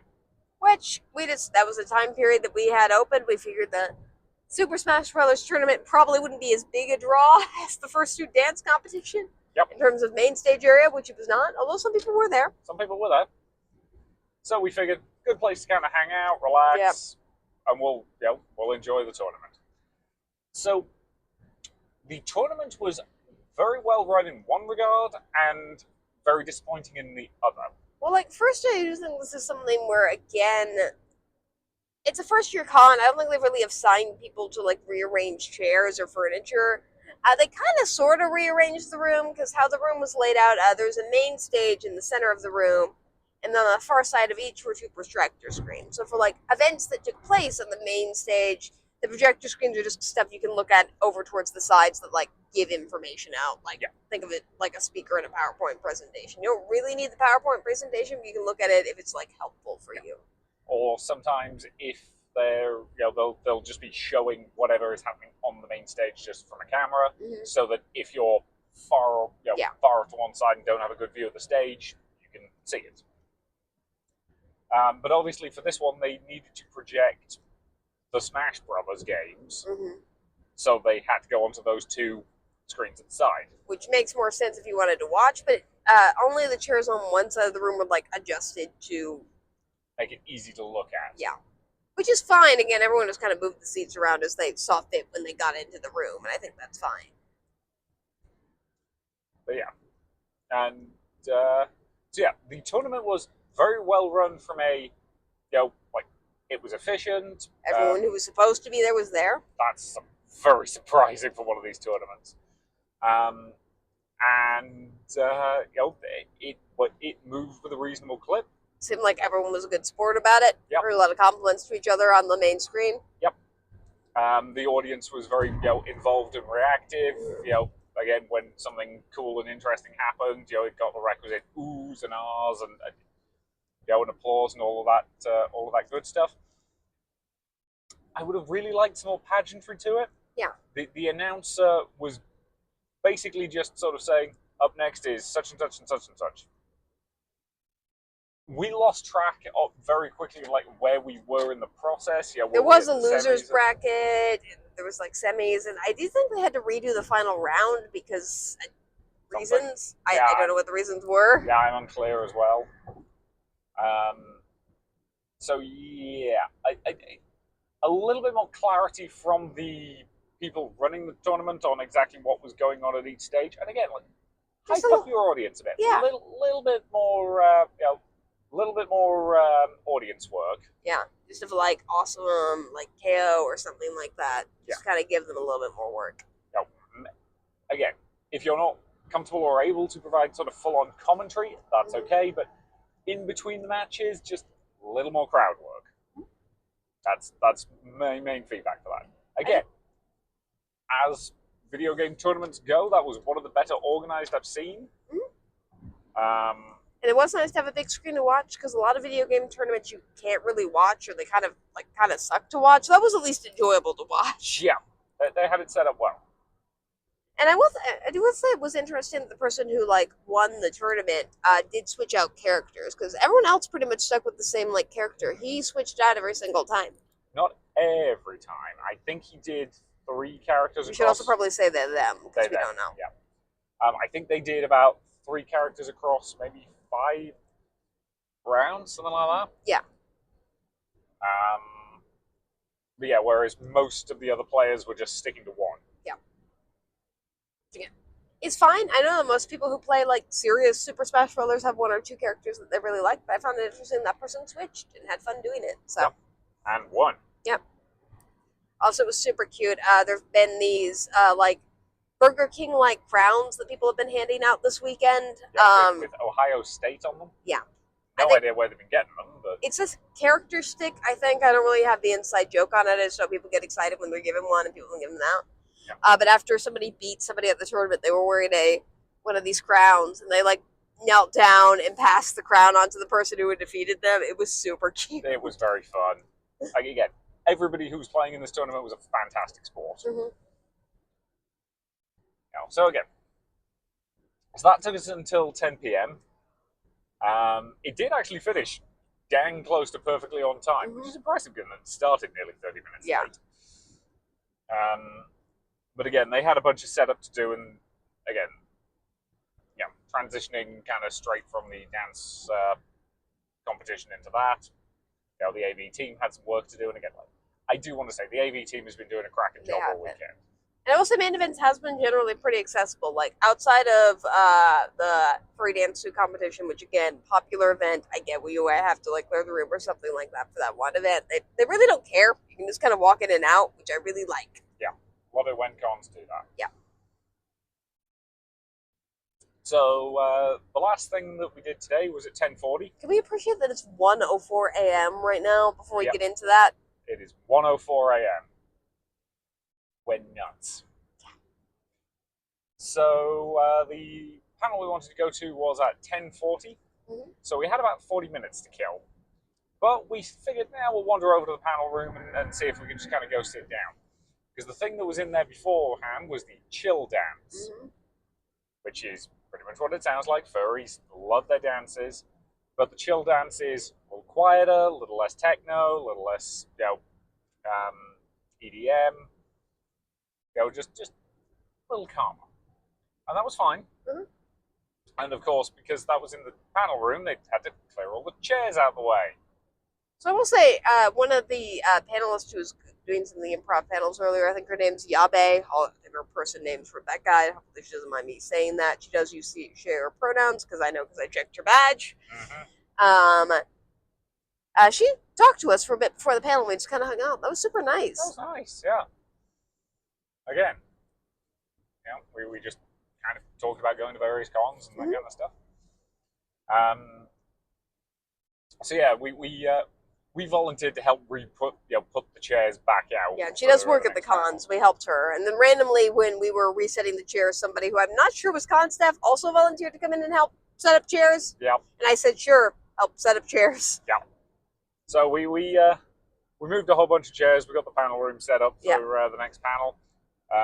Which again, second time we had to do that today. And then I recommended to Yabe that she'd go and check like IDs and stuff at the door because I didn't want a bunch of people waiting out in the hallway again until right before the panel started. Because it just seems better for everyone if they can go in and sit down. Yeah, so. that was a good call on your part.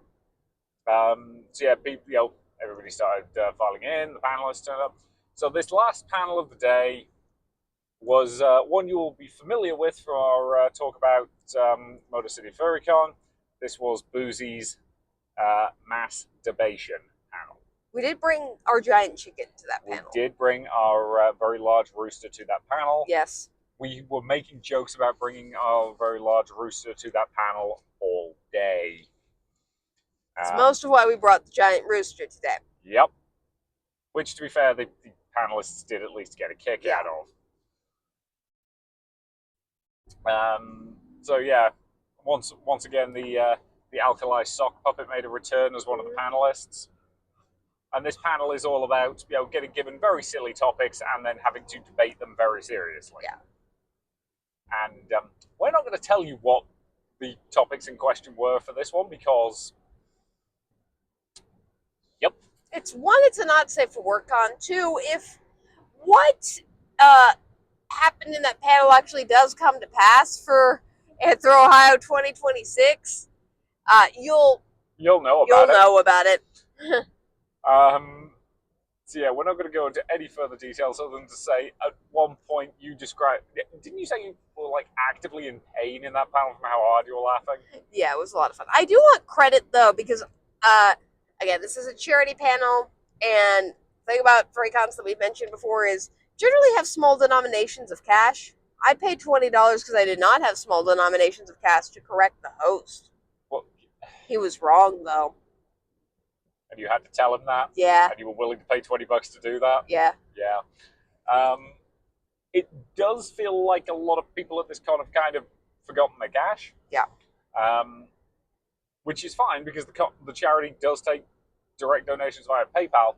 The panelists have kind of forgotten about that fact. Yeah, I realized that fact because they had a QR code on one of the previous panels, so I just pulled it up on my phone to verify it. So, if anyone from Ohio Nature Center is listening, I made you like $200 in virtue of the fact that I was able to explain to people that. You reminded the panelists that donating directly through the charity's website was an option. Yep. Which meant that all the people who'd forgotten cash were suddenly actually able to bid on things. Yes. So, good job, honey. You made the charity a bunch of money. And that was the end of the day. We left the con space. We walked back to the car. We got in the car. We're talking to you now. Yeah. This is very riveting content. Yep, we're kind of tired. So do you have anything else you want to add before we sign off for today? Nope, I think that covers the majority of today. Again, we do have sort of some broader thoughts on the con itself, but I want to wait until at the end of day 3 and when we're slightly less punch drunk. Yeah. And again, once again to clarify, punch drunk is it's a state tired. of mind. It's not a state of mind that has been altered by any substance. No, the only substance my brain has been altered by today is liberal amounts of caffeine to keep me running. Not too much caffeine. Hmm? But not too much caffeine. Not too much caffeine. I will say there have been people commenting today that like they've wanted to do more panel work and just weren't given the spots. So I am interested to see what the plan is with the con going forward in terms of like how they're planning their panel program. And again, I do think we want to talk about that in detail tomorrow. Yes. And there might, I emphasis on might, some cons do a talk back panel with the con. This con did last year. I did not see one on the schedule this year, but con staff told me that they're doing it. So we'll find out tomorrow if it actually is happening or not. Yeah, I'm unclear if they were referring to there being an actual talkback panel or if it was just if you have feedback, email him. Yeah. And I'm going to be honest, I'm sending him a link to this podcast. Yes. So, hi. Hi, sorry if your pronouns are they, them. That's fair. I should have confirmed that. Or she, her. I don't judge. Yeah. Or someone else. Yeah. Whatever your pronouns are, I'm probably sending you a link to this podcast. Again, I am very sorry. So, for the record, I'm very sorry about sending you a link to this podcast. Even sorry if it's 3 hours long. Yeah, it might end up being. It's fine. We just have a lot to say. So, I think at this point we are ready to sign off on day 2, and we'll head into day 3 and see what joy and wonderment that brings. So yeah, hopefully see you tomorrow. Yeah. Bye. Bye. And we are back. We're back. So, it is now 7:43 on day 3 of AnthrOhio. We actually left the con about an hour ago, give or take. Yes, and like a lot of times when we leave, there are technically still events going on. We left towards the back end of closing ceremony because there's some head shaving action. We'll get to that. And then there's the dead dog dance that is stereotypical of furry cons for people who are hungover and don't want to drive, which I think is smart. Very, Glad very wise. that they have that. Yep. It was in panel room 2, which I thought was a weird choice. But was it? I didn't even notice that. I was assuming it was in main event. It said on the schedule it was in panel room 2. Which is... I will 100% trust you on that. I assumed it was in main event and I didn't look. But maybe that's just based on the fact that they'll need to sort of tear down main events. May figure that. I did notice they seem to be using panel room 2 for a lot of the dances. The chill dances are in there this weekend, the chill dances. Somebody was commenting a little bit about how that was a weird choice, but we should probably Yeah, we'll go chronologically and then we'll kind of go back over the whole weekend as a whole. Yeah, I will say today was a representation of just what I love about Sunday at a con. Yeah. It's just a chill atmosphere. Everyone wants to talk and have a good time, and just everyone's kind of in that kind of very fun state, and it leaves me with the warm, fuzzy con feelings that I keep chasing constantly. Yep. It's just why we go to as many cons as we do, is because Sunday makes me feel like this, and I'm like, I should go to another con to try to feel like this again. Yeah. And then we do, and then I want to do it again. And I'm sitting there going, oh God, why? I need sleep. You also feel good right now. I do. But yeah. So if you recall, we got back home at 1:30 in the morning. Which is later than we normally stay. Yeah. I will say it was very worth it because that last panel last night feels longer ago. Yeah, was an absolute scream. As it usually is. Masturbation. And I want to clarify, we are saying the words mass and the words debation as 2 separate things. Is always a lot of fun. It's an absolute hoot for the panel. Yep. And this was an especially fun, I think, iteration of that. Yeah. Just the suggestions from the audience took it to a place. We're not going to go into any more details than that. Yeah, so this morning we woke up at about 7 o'clock. So we are running on not enough sleep. Be careful. I see it, don't worry. Yeah. So one of the things that AnthrOhio has that we might have mentioned already, and I forgot if we did. We mentioned it because we went to the rules on Friday. Oh yeah, you're right. Is the Iron Author Challenge, Mhm. which is a competition in which you attempt to write some sort of piece of fiction or similar thing on a theme, and they throw in some extra rules to complicate it. Mhm. No more than 1,000 words, nothing too extravagant. It's meant to be sort of a bad writing, silly writing within constraints competition thing. Like all competitions, I question whether or not it really needs to be a competition so much as just like a showcase. Mm. But it was something for which I didn't really have time to like come up with like an actual story or anything that was like good in any sense of the term. So instead, at 8 o'clock this morning, Yep. um, you basically wrote close to 1,000 words as a fake "Am I the Asshole" article from the perspective of our dog. Yep. Related specifically to this convention and the fact we've been attending it this weekend. Yep. So I just brought up a bunch of stuff about the convention, which I was required to do anyway. Just describe some of the stuff we did this weekend, kind of like I did on this podcast. Yep. From the perspective of our dog, who's a voice that I know how to write in because our dog's a very well-defined character in our lives. Yep. So it was easy to do. It took me, I think, like 30 to 40 minutes. Emma was helping with this process. Yes. She was. She got a bone stuck in the couch, and I put that in the story. So yeah, and we emailed that through to them, Yep. Printed off a few copies ourselves. They did offer to print it off for us. We just said we would print off ourselves because we had access to a printer, but I do appreciate that the person who was running the contest had that option. And I will say also, like, this is a really unique event. As somebody who loves writing and the craft of writing, like, not many cons do stuff like this. Yeah, this is the only con that we go to that I'm aware of that has this. Yeah, a couple cons might have like long form. I think Bourbon City Steampunk has a long form writing competition where you're like writing over time. But that's more about like technique, style, and actual skill. And that's what we're also required to submit in advance. Yeah. Whereas with this one, you get given the rules on Friday. Yep. If you can't make it to the rules panel, they are available on the con website. Yeah, it's fairly easily accessible if you look for it, because I did look them up last night to kind of just prep. Yeah. And you got, again, it was just 1,000 words, something short, and again. And so that was actually the first panel we did today, was the presentation of that. Yeah. But before we went to that panel, we popped our head into the board games room. This is actually the first time this con that we've been into the board games room, which is a bit unusual for us, because generally if there's downtime at cons, we'll go to the board game room. Yep. I think this time we've mostly been filling it by walking around the Columbus Convention Center because we love it so much, in part, and in part also because fur cons tend to be pretty crowded. We just weren't getting a lot of... There wasn't a lot of room. Yeah. Which, again, I do think it was a well-run board game space. Mm-hmm. They had some Blood on the Clock Tower going in the background basically all weekend. Mm-hmm. They also were running a BattleTech event, which, again, we'll talk in detail when we talk about the things we didn't do at the con. Mm-hmm. But again, the board game room was well run. So we had half an hour-ish to kill before the Iron Author panel. So we went in, grabbed a copy of Poetry for Neanderthals. Multiple people recognized us from other cons. Yep. Again. It's starting to happen more, and it's going to keep happening more. And I will say, if you're listening to this and you said hi to us at a con, you're awesome. Thank you so much. I'm glad you remembered us.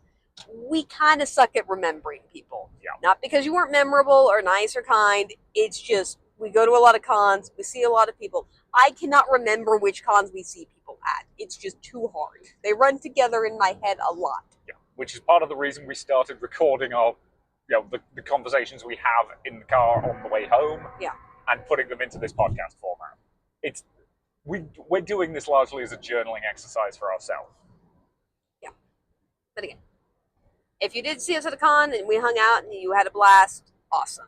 We're bad with names, we're bad with faces, and it's kind of on hard mode when everyone's in ridiculous costumes. So yeah. So that's... Feel free to reintroduce yourself to us as much as you would like. We very rarely hang out with anyone at cons that are like bad people. So basically everybody we meet at cons is generally just awesome human beings. So yeah, so we did that for 20, 30 minutes, then popped We down. played a game with somebody who I think we played a game with at AnthrOhio last year. I think that was that connection. I think so. We played a game with them in the board game room in the past, but I can't specifically remember which con it was. It Yes. was probably AnthrOhio last year. I'm not going to put money on that. Yep. But they were cool. Yeah. It was fun playing with them. We talked to a couple other people who we had also met, I think, in board game rooms of other cons. So that was cool. Yeah, there was one guy who, the guy who was running the Blood on the Clock Tower thing, which again, he was running that all weekend. Remembered us from Origins, which was like 9 months ago. Yeah, here's the thing: we did not do Blood on the Clock Tower at Origins last year. We did it the year before. Oh yeah, that's true. Mm-hmm. Which means he either remembered us from 2 years ago. I think he might also have been running Werewords last year. Yeah, we did do Werewords last year, although people who were in, we'll talk about this more when we get to Origins, but Origins has just an entire game devoted to social deduction games. And if this person runs social deduction games constantly, how he remembers us at all is insanely impressive. Yeah. Because he must see thousands of people running those games. So hats off to him. Yeah, like that was impressive, dude. Well, I feel like dude is gender neutral. Yeah, I use dude as gender neutral, but you know, who knows? And generally, again, we try to say they, them unless we see somebody's con badge, which says what pronouns they use. Or they explicitly tell us. Sometimes people will just clarify. And some of them do put all the pronouns on there because they don't care. So they will just kind of switch around with. Yeah, like again, my pronouns are he, him. If somebody uses the wrong ones, I don't actually care. Yeah. I have the privilege to not care, but other people don't. Other people need me to use their correct pronouns, and I will always try to, use the correct ones. It is worth pointing out that pretty much all cons now do have pronoun ribbons that they give out. Like, it's pretty rare for them not to, unless they're a small con that can't afford them, which, again, valid. If you're a new con, it's a little bit more difficult. But again, they are a very common thing to see, and I am glad of that fact. Yeah. So after we did that, we headed down to the Iron Author panel room, and we did the presentation. Yep. So there were 6 entries, I believe. Yes. All of which were phenomenal. Yeah. I want to highlight this. If you submitted a thing for the Iron Author, you did a great job. Mm-hmm. We're not going to go into any specific detail about what was entered, because I don't think it's necessarily our place to. I will say that generally the person who's running our Iron Author, who I think's persona name is Jeru, does plan to post entries from past years online. Yeah, so I believe you will be able to look those up at some point in the future. Mm-hmm.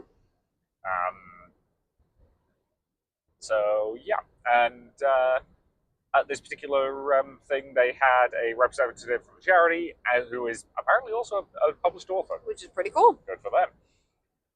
And the guest of honor, Hound Saint, who is an artist who designed the logo that was on their shirt this year, and a bunch of other really cool stuff. Yeah, and without going into too much detail, I will say that because of the silliness of the rules and stuff like that, you have to include facts about the charity and facts about the artist that they had at the con. Yeah, and a specific quotation.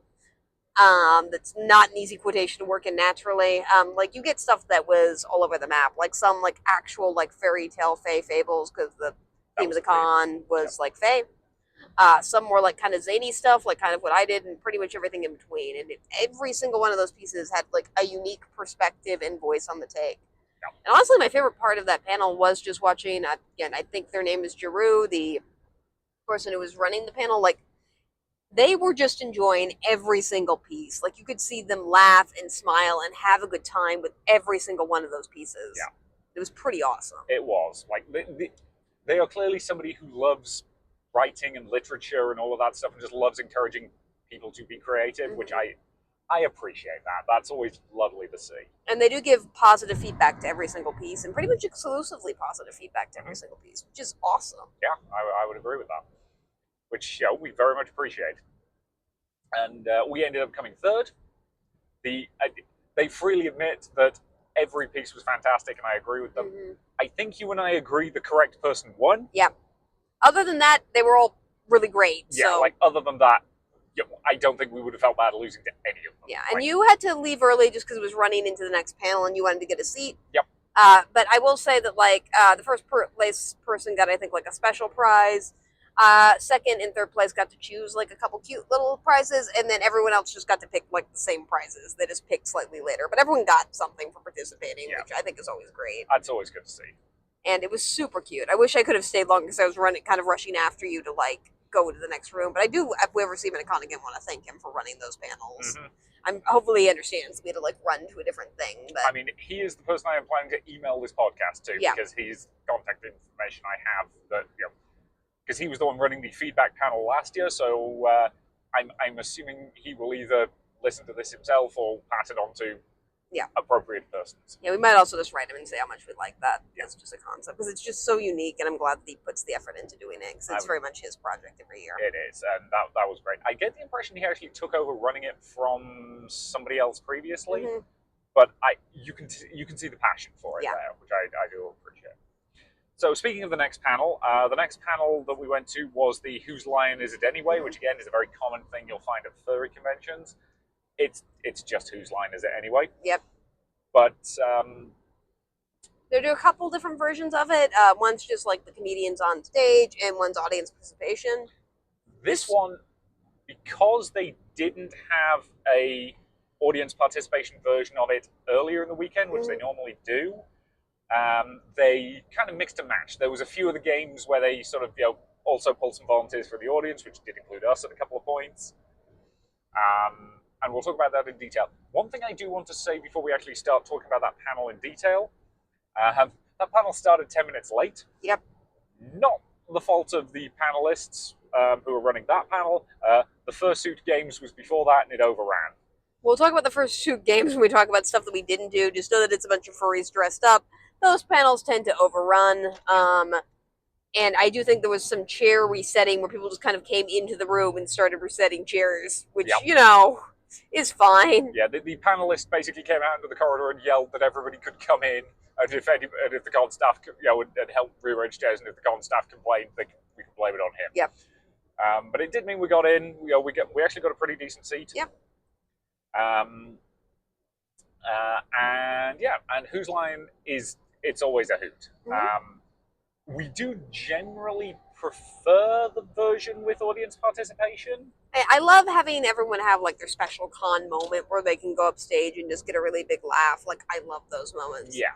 And AnthrOhio, the person who normally runs this panel, also really loves those moments. I can tell how much he loves Charity Whose Line.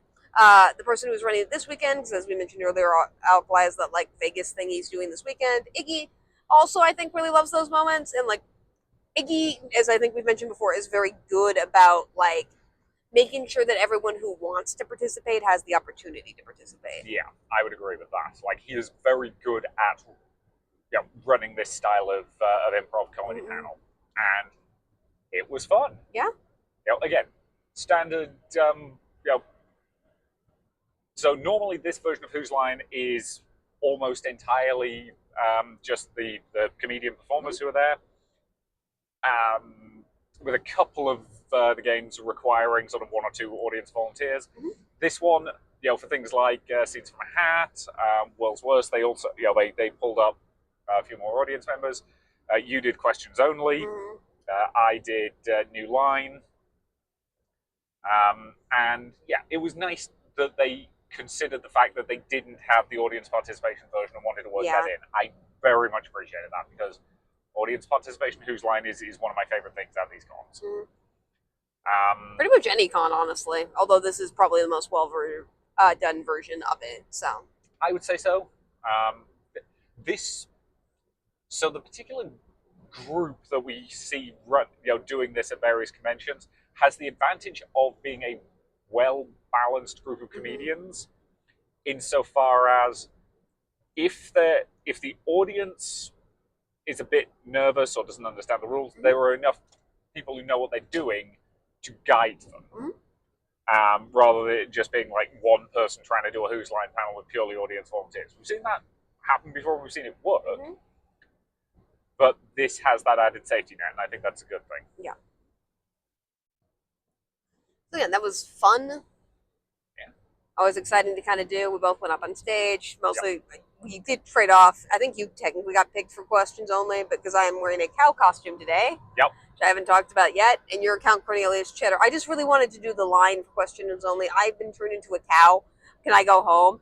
Because previously I've been picked to do questions only at a panel while wearing this costume, and I realized I could do that line like after it. So this was like a redemption arc just so I could get that line, which wasn't even the line that actually got the biggest laugh out of everyone, but it was still worth it. Yeah. Whereas I got to do New Line up against Sockalai, the sock puppet version of Alkali the comedian, who has just. I don't know if we explained that before. I genuinely can't remember. We don't need to. Just keep going. Again, it's a hand puppet of a comedian who couldn't be here. Mm-hmm. What's not to love? But yeah, it says something that just we are under orders. Not us specifically, the entire convention. The sock puppet was better than regular Alkali. Yes, we're under orders to say that. And I do think that's also just objectively true. It is. The sock puppet was fantastic. Mm-hmm. He's not going to hear this, so it doesn't matter. No. But yeah.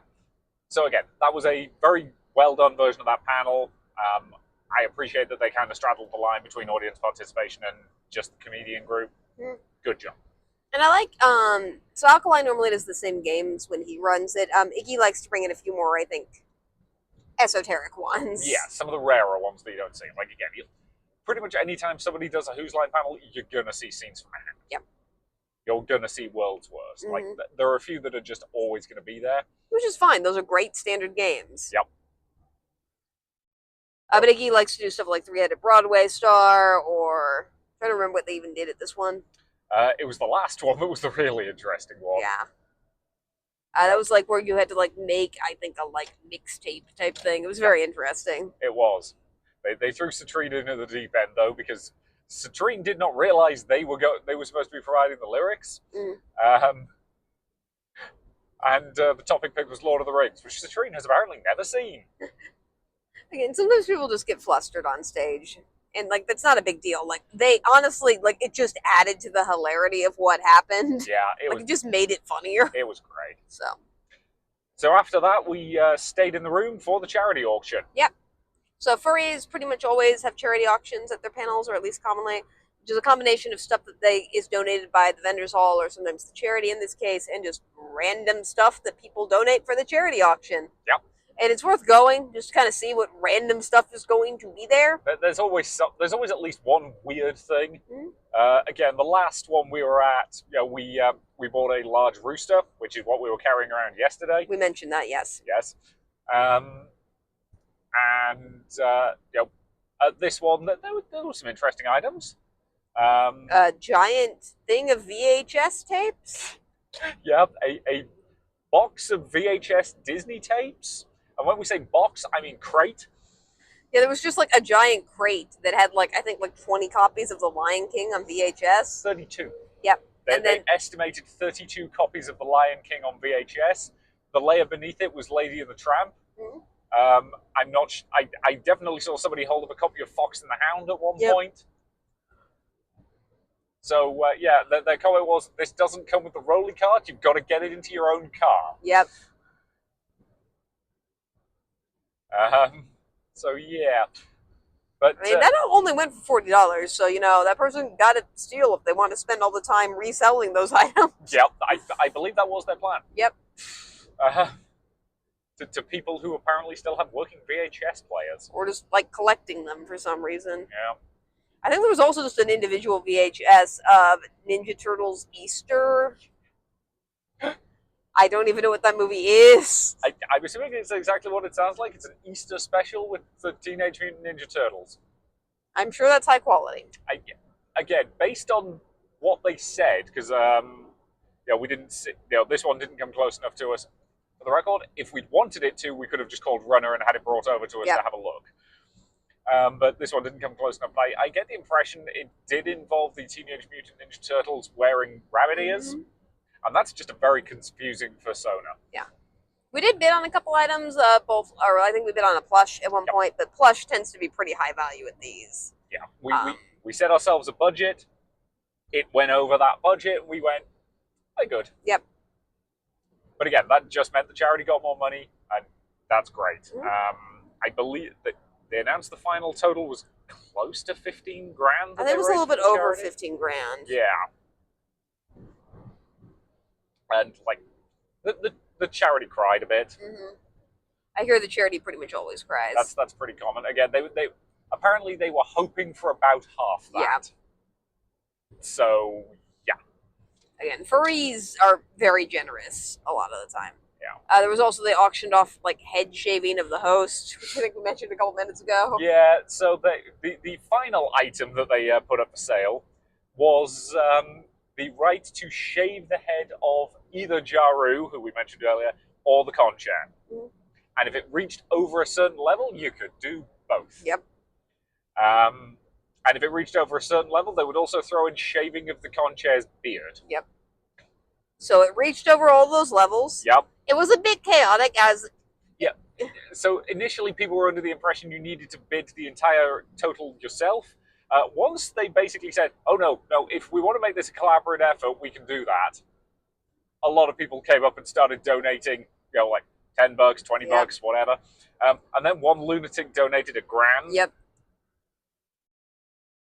So, yeah, when we left, they were in the process of setting up the shaving of the conch chair. It did mean that that event overran a bit just because of that, and it ended with the chaos. People just kind of trying to figure out where they could donate money, because there's like one place you could donate cash, one place you could donate by card, and it got a bit confusing. It took them about 20 minutes to kind of sort the whole thing out. Yeah, but again, it's for charity. That also meant they raised an additional $2,000 for charity. Yep. Go them. Yeah. Also, the one thing you will notice is that at furry conventions, somebody is definitely going to bid $69 on something. Yes. And the hosts play up being annoyed about it to get them to bid it more. Yep. Now, and again, for one particular item, somebody bid $420 because, of course, they did. Yep.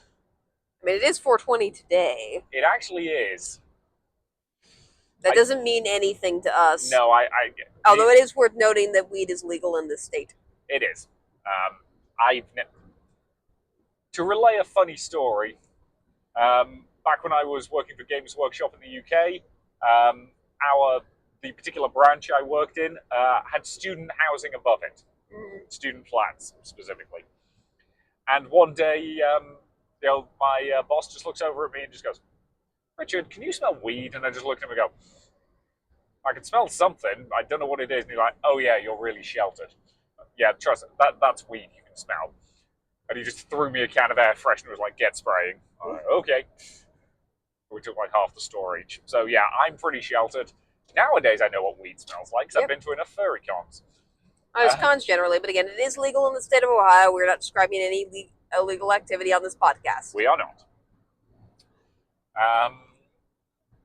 It says something that at the last FurCon we were at, Boozy, who again is an actual practicing lawyer, made sure to tell everybody the exact amount of marijuana you're allowed to have on your person, at the opening ceremony, just to make sure everybody knew. Yep. And the con could, legally say that they told all their attendees what the law was. But anyway, so there was also that weird board game they auctioned off. Oh yeah. Like called Keep It Saxy or something. Yeah, Keeping It Saxy, I think it was. I don't even know. It was some weird musician. Anyway, let's move on to closing. Yep. So following up, there was closing, which did start late because the auction overran. Yep. But again, I'll be honest, those two events pretty much always run straight into each other at a furry convention. Particularly this one, yeah. Like the auction just goes into closing, and then everyone just kind of stays in the same seats. Yeah, everybody's kind of aware that that's likely to happen. So and there wasn't really anything else on at that time. And in closing ceremonies, like opening ceremony, where like what they do varies a lot. The extent to which you really need to attend varies a lot. Most of them do announce like their contest winners again. Yep. So our names were announced, which was kind of cool. Yep. Except no one knows our names at this con because we never tell anyone our names. Nope. So it doesn't really matter. I'm starting to think we should have, submitted it under, the Con Couple podcast. Yeah, but that probably would have been better for advertising. But Yeah, so those got read out. The winners of the various dance competitions and that kind of stuff. And yeah, and then they basically just talked about how the weekend went. Mm. Their attendance numbers, which are 24% up on last year. So about 2.5. Just over 2.5. I think it was about 2.540 ish, something Yes. like that. Which I do think, based on our badge numbers, means that they probably started badge numbers at number 1,000. I think, yeah, given that uh, the way the charity auction worked was basically once you had won an item, they said, "Give me your badge number." Mm-hmm. You shouted that out, and then at the end, you did go pick up your item by presenting your badge and paying, obviously. So I think the highest number I heard was about 3,100 and something or other. Yeah, and there weren't that many attendees, so presumably they probably started badge numbers at like 1,000 or something. Yeah, that would be my guess. However they chose to do it, that's fair and valid. They're now apparently the 20th biggest convention generally. Fur convention, yeah. Fur convention, not general. I'm sure that's much, much larger. Yeah. Which again, we were kind of commenting in the panel that, like, I want to see conventions like grow enough to stay healthy, but once they're like making back cost, I don't really want them to continue growing because, like, yeah, we don't need this to turn into another AnthrOhio because AnthrOhio exists. Yeah. And it's nice to go to a slightly chiller con. Mm-hmm. Yeah, somebody we were talking to this weekend said that, like, they specifically avoid larger cons because they prefer smaller ones, which I get. Like, I could not do a larger con every single weekend. No, small cons are nice. It's nice. At small cons, you tend to be able to make friends in a way you can't at big cons. Yeah. Is honestly the way. You see more of the same people. You just kind of hang out with the same people. It's a lot more intimate. Yeah. If you are interested in going to a con for the purpose of trying to make friends who are into a thing that you are into, don't go to a 20,000 person con. Go to one that's at about the 2,000 mark. You actually have a chance of making friends at that. Yep. So that was closing. As we left, they were getting ready to do the head shaving. Yes, the other thing they did, they announced next year's theme, dates, which location. I do appreciate when they do that. It gets you hyped for the next con, lets you know when the next con's going to be, and gives you automatically like stuff if you want to attend it. So this con, they moved back to Memorial Day weekend. I think we mentioned that it got moved up to Easter weekend this year because I think of the hotel switch. They're staying in the same hotel, which we'll talk about. Yeah. And they theme, I think, is like Rock Me Like a Furricane. Which is, somebody laughed way too hard at that pun. Yeah. I'm already kind of laughing at it. But again, rocker or furry theme should be pretty fun. Yeah. They clearly had it prepped. I don't know if you noticed, but the furries on the stage who were being their mascots pulled out like inflatable musical instruments during that reveal. And they had a little video revealing it that somebody clearly drew. And furries are all about artistry and stuff like that. So it was pretty cool. They announced their special guest, which probably would have meant something if we knew anything about the furry community. Yep. We do not know who this person is. We are sure they are a big name. Yes. They seem very cool. Yep. I've already forgotten what their name was, though. They are a cat. I remember them being a cat. Okay. I'm sure all of this information will also be available in their announcements if you want to look it up. Yes. They probably already announced it on Blue Sky and Facebook and all of those places. And I do want to shout out their artist that they had this time as their special guest, Hound Saint. I don't know if I said their name correctly this entire time. In looking them up to like write about them for the Iron Author competition, and also just seeing their work around they do some really cool like medieval inspired art. It's a very cool cool vibe. Style she has, or they have. I'm not sure what their pronouns are. I think it's she, her, but I'm also not confident enough of that to assert it and say for sure. So again, we try to default to they, them. We're not perfect. We don't always manage it. But yeah, so that was our AnthrOhio 2025. So now we get to talk about the stuff we didn't do. Yeah. There's a lot that goes on to furry cons we don't do just because we're very specific types of... Yep, we did not do any room parties. Nope. We didn't do any drinking. Nope. We watched other people get drunk a couple times. We did. Those were all in panels, by the way. Yep. Mostly that was boozy. Yes. But his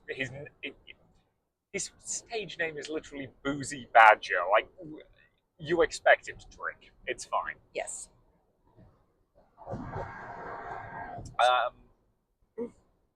But yeah. Love. Okay, let me pull this stuff up just so I can check. So one of the things that I did notice was this con had Blood on the Clock Tower running pretty much constantly the entire weekend. Yep. If you're not familiar, Blood on the Clock Tower is a social deduction game in which everybody's given a role within a town, and you're trying to figure out who the bad guys are. Mm-hmm.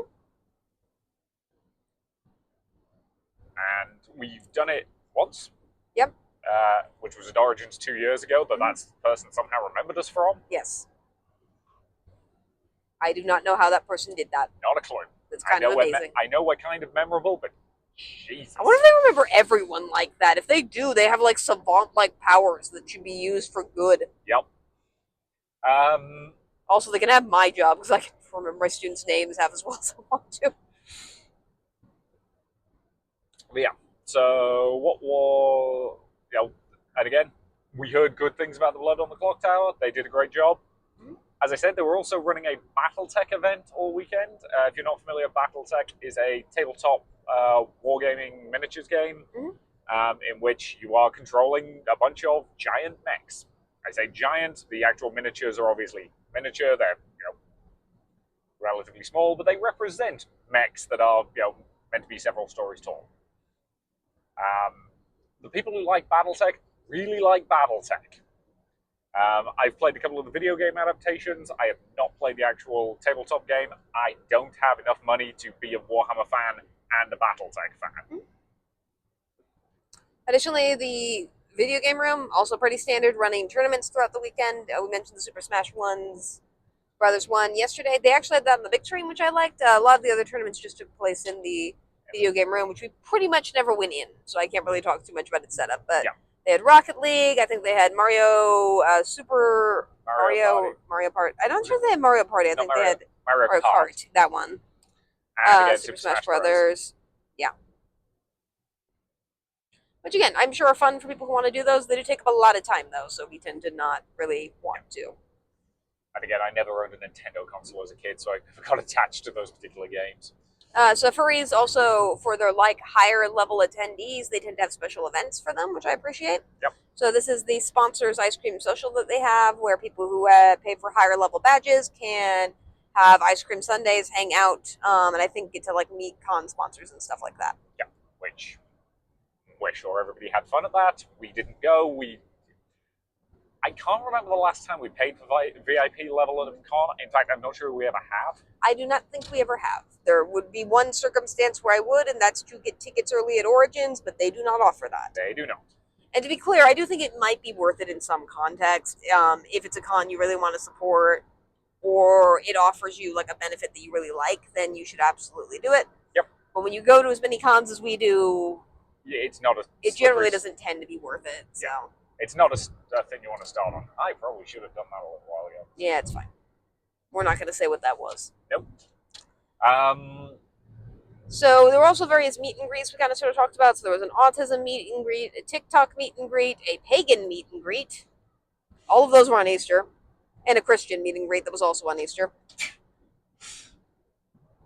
They also had some other not safe for work stuff, like a OnlyFans and Just for Fans content creators meetup. And they had a couple plus 18 meetups, including a baby fur meetup and a pup and play meetup. I'm not going to go into details about what either of those things are. If you're curious, look them up. Yep, we are not qualified to talk about those. Those are not our particular kinks, nor do we attend the event. No. But it's cool that they have them. Yeah, it happened to be in the room next door from a panel we were at. That's as close as we got. And again, we don't judge. Mm-hmm. Your kink is your business. It's just not ours. And that's fine. So they also, FurryCons have this. I've never really understood I suppose it's fun. I'm generally in a giant ball gown, so I don't know. They basically just have a time period, typically early Sunday morning, where they clear out main events and put up a bunch of inflatable stuff, and you can just go in and play with it. Yep. That's the whole thing. Which again, some of them are quite cool. Yeah.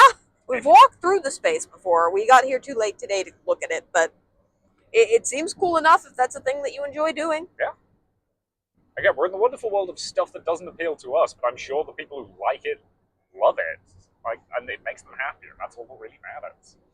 This con did not have an Artemis Bridge simulator, Sorry to disappoint anyone who was hoping it would have one. Maybe it'll have one next year, though. Who knows? The other thing to talk about with furry cons is we talked a little bit about dance competitions. There were 2 dance competitions, and there were, I'm going to count the number of dances. 1, 2, that's just on Friday. There was at least 2 chill dances, 2 loud and proud dances, and I think and there's the dead dog dance. Yes. I think that might be all of them. Yes, there were a lot of dances. But again, furries love dancing. Yeah. And more power to them. I'm not good at dancing. Mm-hmm. Anything more complicated than a bit of a Yeah, the dead dog dance, by the way, is still going on.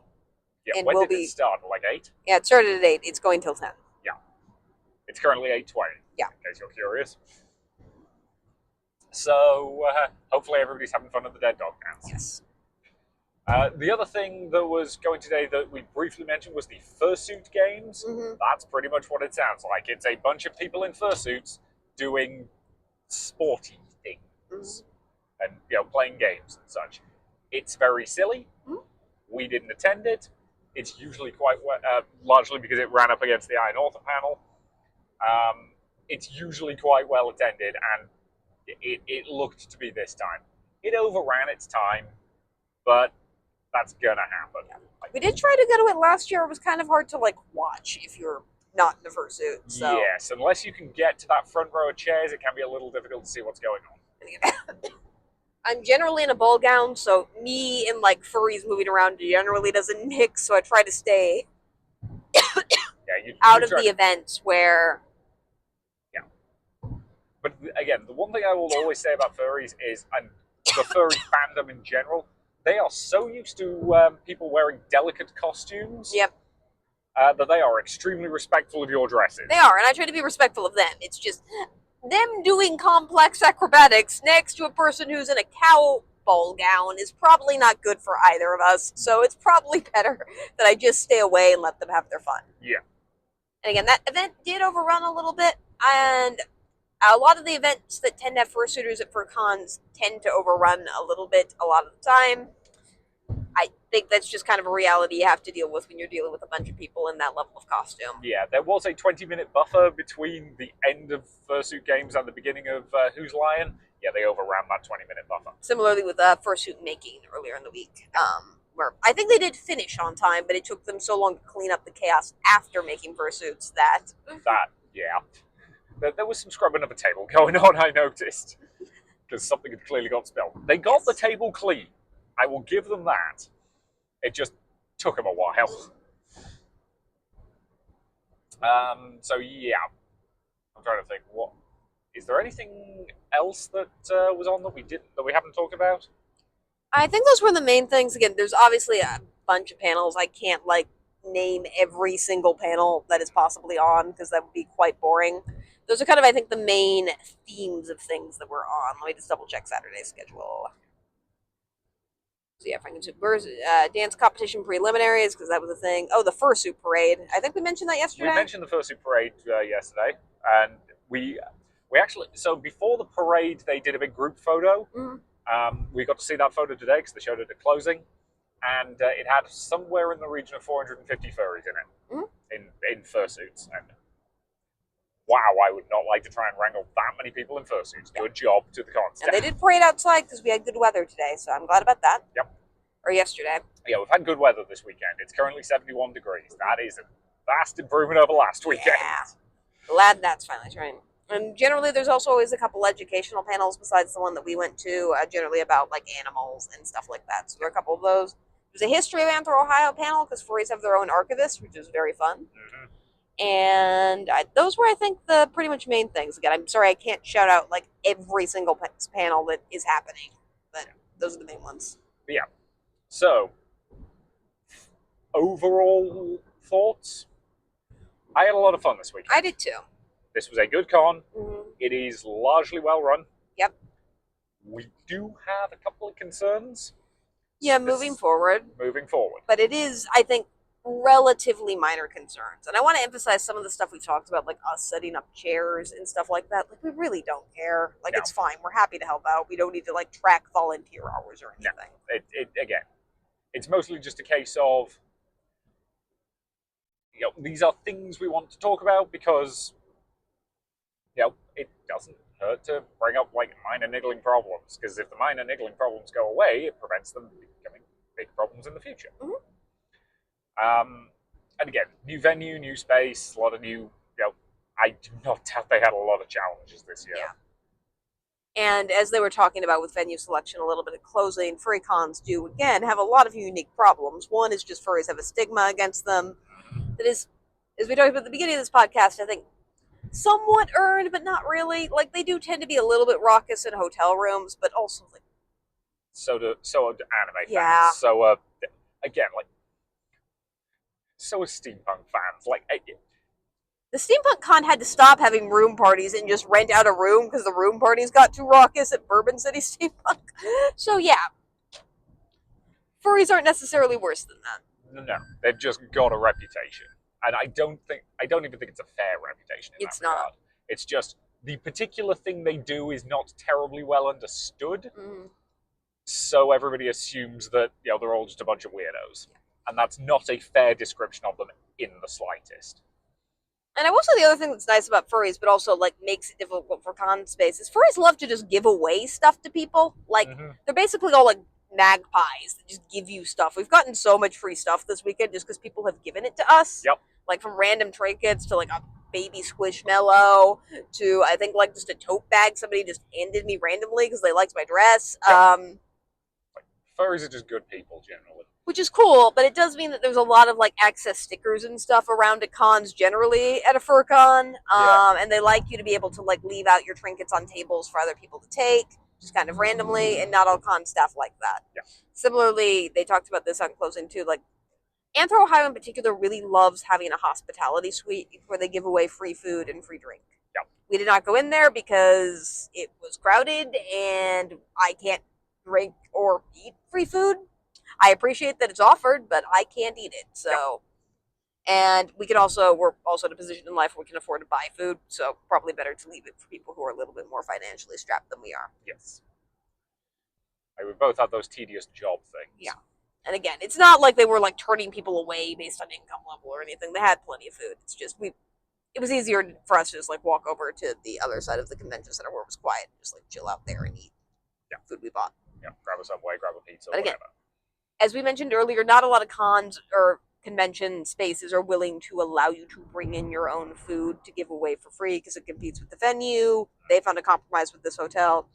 I get the sense that it probably took them a while to reach that compromise. Yeah, and I do get the impression it's not a compromise they're entirely happy about. Mm-hmm. I think they wanted to be closer to how they were before. Because they can't offer hot food anymore, like hot dogs, which I think they really like those hot dogs. Yeah. But again, it's a bigger venue. It's definitely a more expensive venue. Mm-hmm. It is a nicer venue as well. And the venue does solve a lot of the problems they were having just with air conditioning and lack of space and low quality hotel rooms. Yeah. But it is also... What are your concerns you want to get into? My big concern is panel space. Yeah.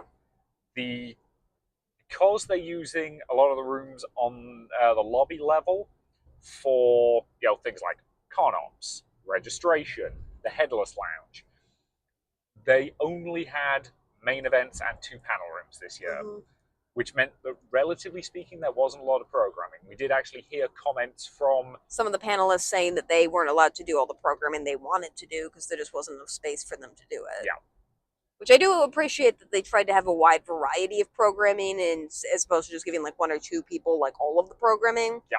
But I would love for just everyone who wanted to do programming to do as much as they wanted to do, because there should be a bunch of programming, especially if you want the con to continue growing. You're going to need a place to put all those people.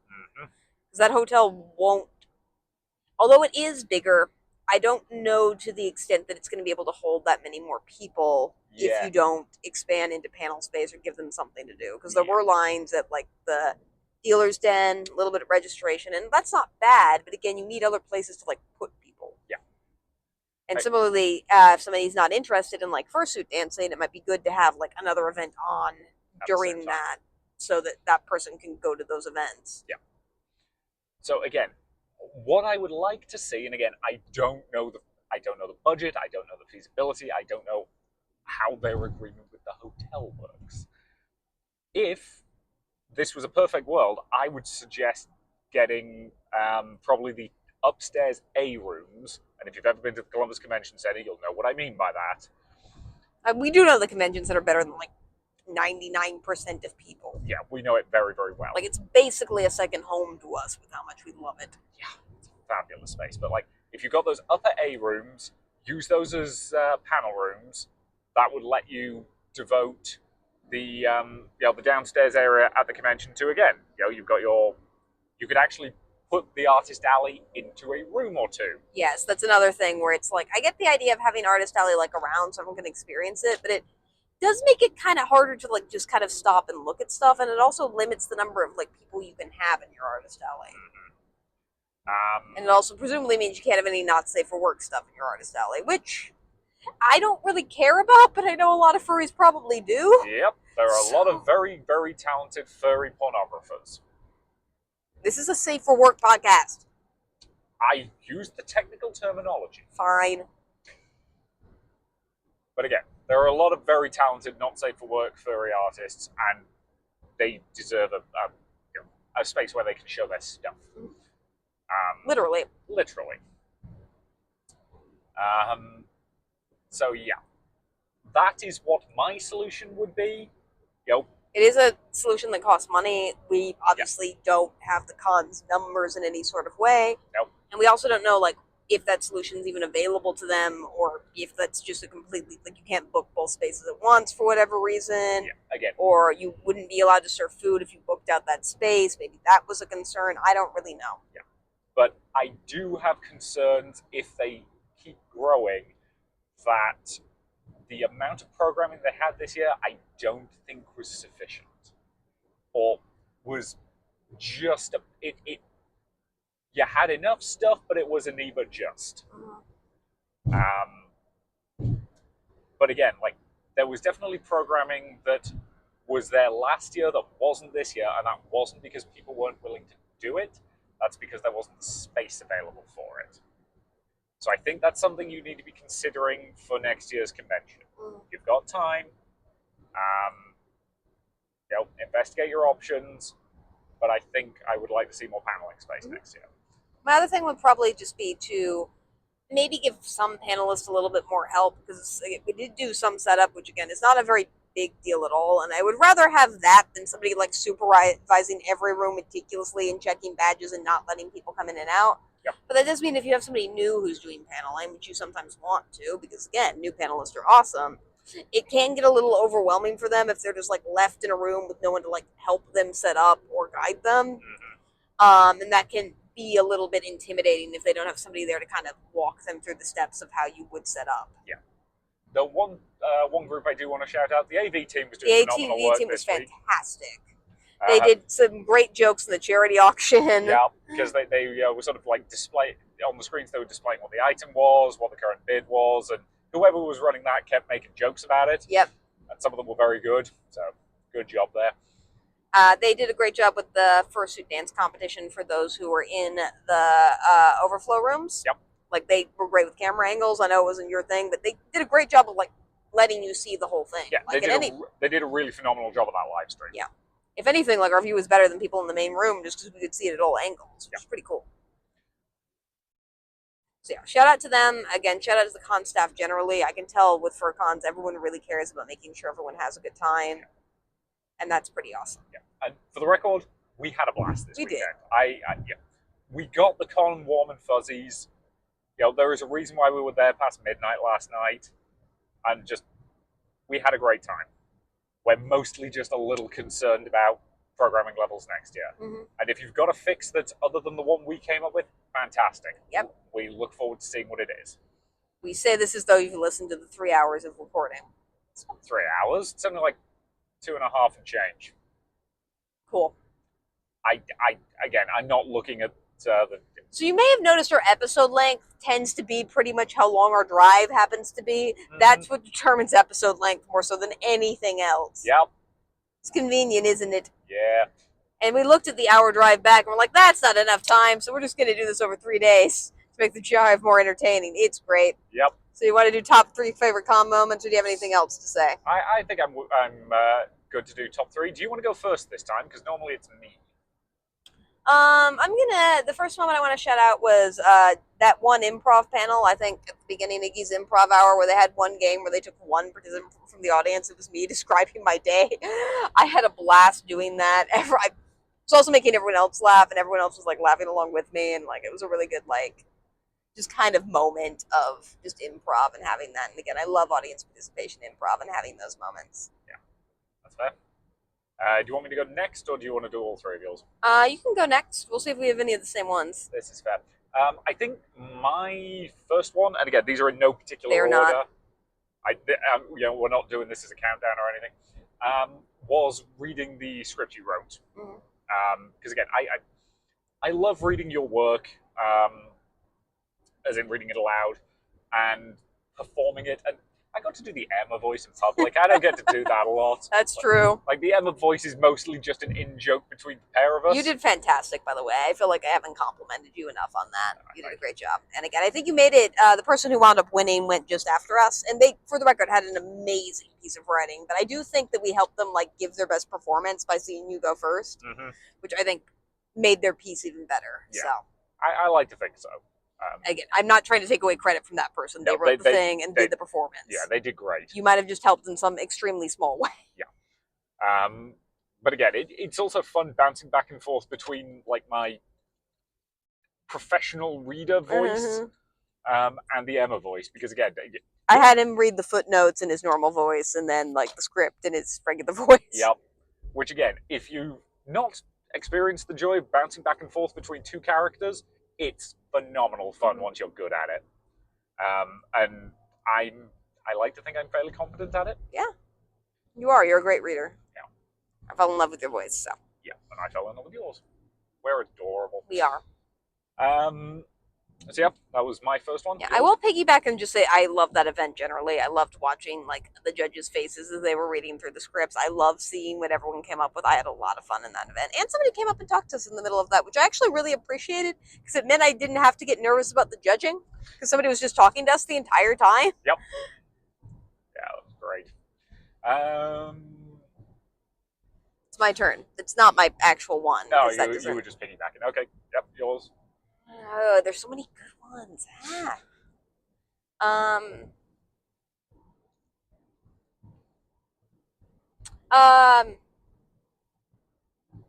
think it's fine if I just say Iggy's name, right? Yeah. Again, Iggy's just been chatting with us all weekend, which is super cool. He definitely uses he and pronouns. I'm pretty sure he uses he. He's a really nice dude, and it was really cool to talk to him. And he still doesn't know what our actual names are unless he's listening to this right now. So. Oh, but I'm gonna. Again, he gave us his phone number. I'm gonna text him the link. But yeah, it was really cool to just kind of see that and get like this more intimate interaction with some of the like people who are working. Because Iggy has such a passion for stuff in the same way that I do, and it's really cool to like see that because I know how much he loves his characters he plays and how much he like work he puts into his like shows and skits and stuff like that. You can really see thought behind it, and it's really awesome. Yeah.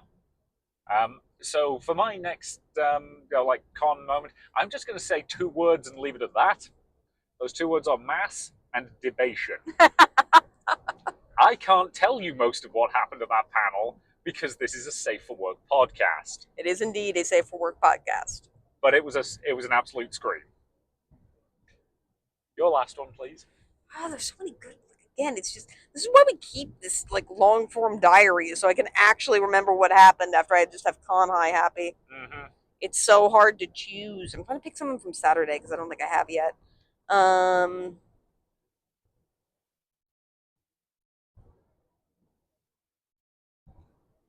did we even do on Saturday? Quite a lot. I know. Leave me alone.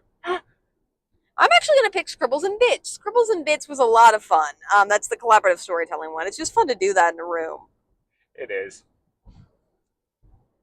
What on earth am I putting on the 3rd spot? So I'm going to put shaking hands with a sock puppet and then having it flirt with me afterwards. I didn't know you shook hands with... Oh yeah, I shook the sock puppet. Oh, cool. Wow, that's the most action I think Alkali might have seen this weekend, honestly. He's in Vegas. I know he's in Vegas. I'm sure he's seen more action than that. Probably. Although the sock puppet was just objectively better, so you know. The sock puppet ruled. I do want to shout out the furry community generally this weekend because, in addition to talking to Iggy, we've talked to so many people in this community this weekend. They're a lot like the steampunk community insofar as they have this sheer utter willingness to just sit down and have a conversation with you about anything at all, and I love that about them. They are so goddamn passionate. I'm actually tearing up a little bit. I am also, but that's mostly because my left contact lens has just been a dick all day. Yeah, you probably shouldn't have put it in since yesterday because I think it has a hole in it. I don't know what's up with it. Again, it's just been uncomfortable and irritating, which, like, again, I need to swap new ones anyway. You ruined the sentimentality of my moment. I love you too. So again, thank you if you talked to us this weekend and are currently listening to this podcast. We did actually recommend it to a couple people this weekend, so if you were one of those people and you are listening and somehow listened to 3 hours of this, thank you. We're very sorry. Yeah. Also, to the con staff we're going to send this to, we're very sorry. If any of the con staff actually listened to all of this, I admire your dedication to your volunteer job. Like, thank you. To be clear, again, we had some minor complaints and worries, but this was a very well-run con. We enjoyed it a lot. Yeah. It's a lot of fun. Again. Furries are, like, this is the most delightful form of chaos. And for the record, we don't normally go to furry cons in this quick succession. It was actually, like, I think about, 8 months between Motor City FurCon and the con before that, which was AnthrOhio. It's just these two happen to be closer together. Mm. What? AnthrOcon. We have done 4 furry cons so far. Yeah. Which is AnthrOhio was the first one. Then we did AnthrOcon. Then we did Motor City FurCon a few weeks ago, and then onto this one. But again, like, FurCons are just really nice experiences generally.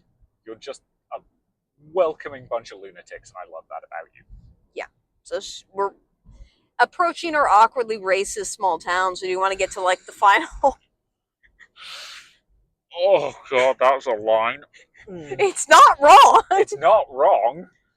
For the record, the university is less awkwardly racist, which is why we stay here. Yeah. It's pretty much that. So... I love you. You've definitely got the con high. Shut up. I'm going to use that line from now on when I segue into how we've come home. For the record, we do love this town. Like, it's got its problems. I just said it was awkwardly racist. You can't talk about how we love it now. Oh, dear. You want to talk about the con again? Because there's no coming back from this. There is not. So, our general, con ranking system, which again is just would we go back to this con, which is different than, a real ranking system. Yeah, again, for the record, would we go back is completely separate from was it good? Yeah. Because there are plenty of cons that we were like, that was a good con. It was not worth the 5-hour drive it took to get there. Yeah, and not because the con was bad, just because, again, that's a long drive. Yeah. Or, occasionally we might go to a con that, you have to fly to. Those are probably almost never going to be worth coming back to, because... You really, really hate flying? I hate flying. You're worried about stuff with flying right now. So... But this con is only an hour away. Yep. And generally, I would say, yeah. Because it's close, and is a good version of a con. Good. And it's fun. Yeah. Like, if you're in the Columbus area and are even slightly interested, go. Yeah. Like, I'm 100% comfortable telling you that. Mm-hmm. And as we talked about with ghosting cons a little bit earlier in this episode, don't go into panel rooms without a badge. Don't go into areas you shouldn't without a badge. But you absolutely can hang out at the hotel bar with a bunch of furries and see what it's like. They will be very happy to welcome you. Yeah. Just, don't get too drunk unless you want to have a very weird and interesting experience. I keep trying to make that happen for you, and you don't let me. Yeah, well, that's because I don't drink at cons. You can drink at cons, and then you can have a weird furry experience. You'd have to drive home while wearing a ball gown. Yeah, you don't think I can do that? You can probably drive while wearing a ball gown. You'd figure it out. Ugh. So this was this episode of the con couple. The pond couple? We're at the pond now, so it's the pond couple. Okay. So yeah, that was AnthrOhio 2025. That was an experience. Yep. Yeah. I think I see both of the white ducks though, so that's good. That is good. Yeah, we only saw one of them this morning. We were worried because there are, there's a couple of white ducks on the lake on this campus, which is one of the reasons we love this campus. There's also a fox that gets fed cookies. Yeah, the students really need to stop feeding that fox cookies. So look, we need to work on the outro being more succinct. The outro basically comes down to whatever nonsense runs through our head when we are 2 minutes from our house and need to wrap up. Thank you for somehow still listening to this. We don't know what con we're covering next week because it depends on if we can get a dog sitter and a bunch of other stuff. So we'll let you know next week what con we'll be covering that week. It'll be a surprise. It'll be a Woo, surprise. exciting suspense. Woo, bye. Yeah. Toodaloo, everybody. We hope you enjoyed this. We don't know why anybody listens to this. We love you all.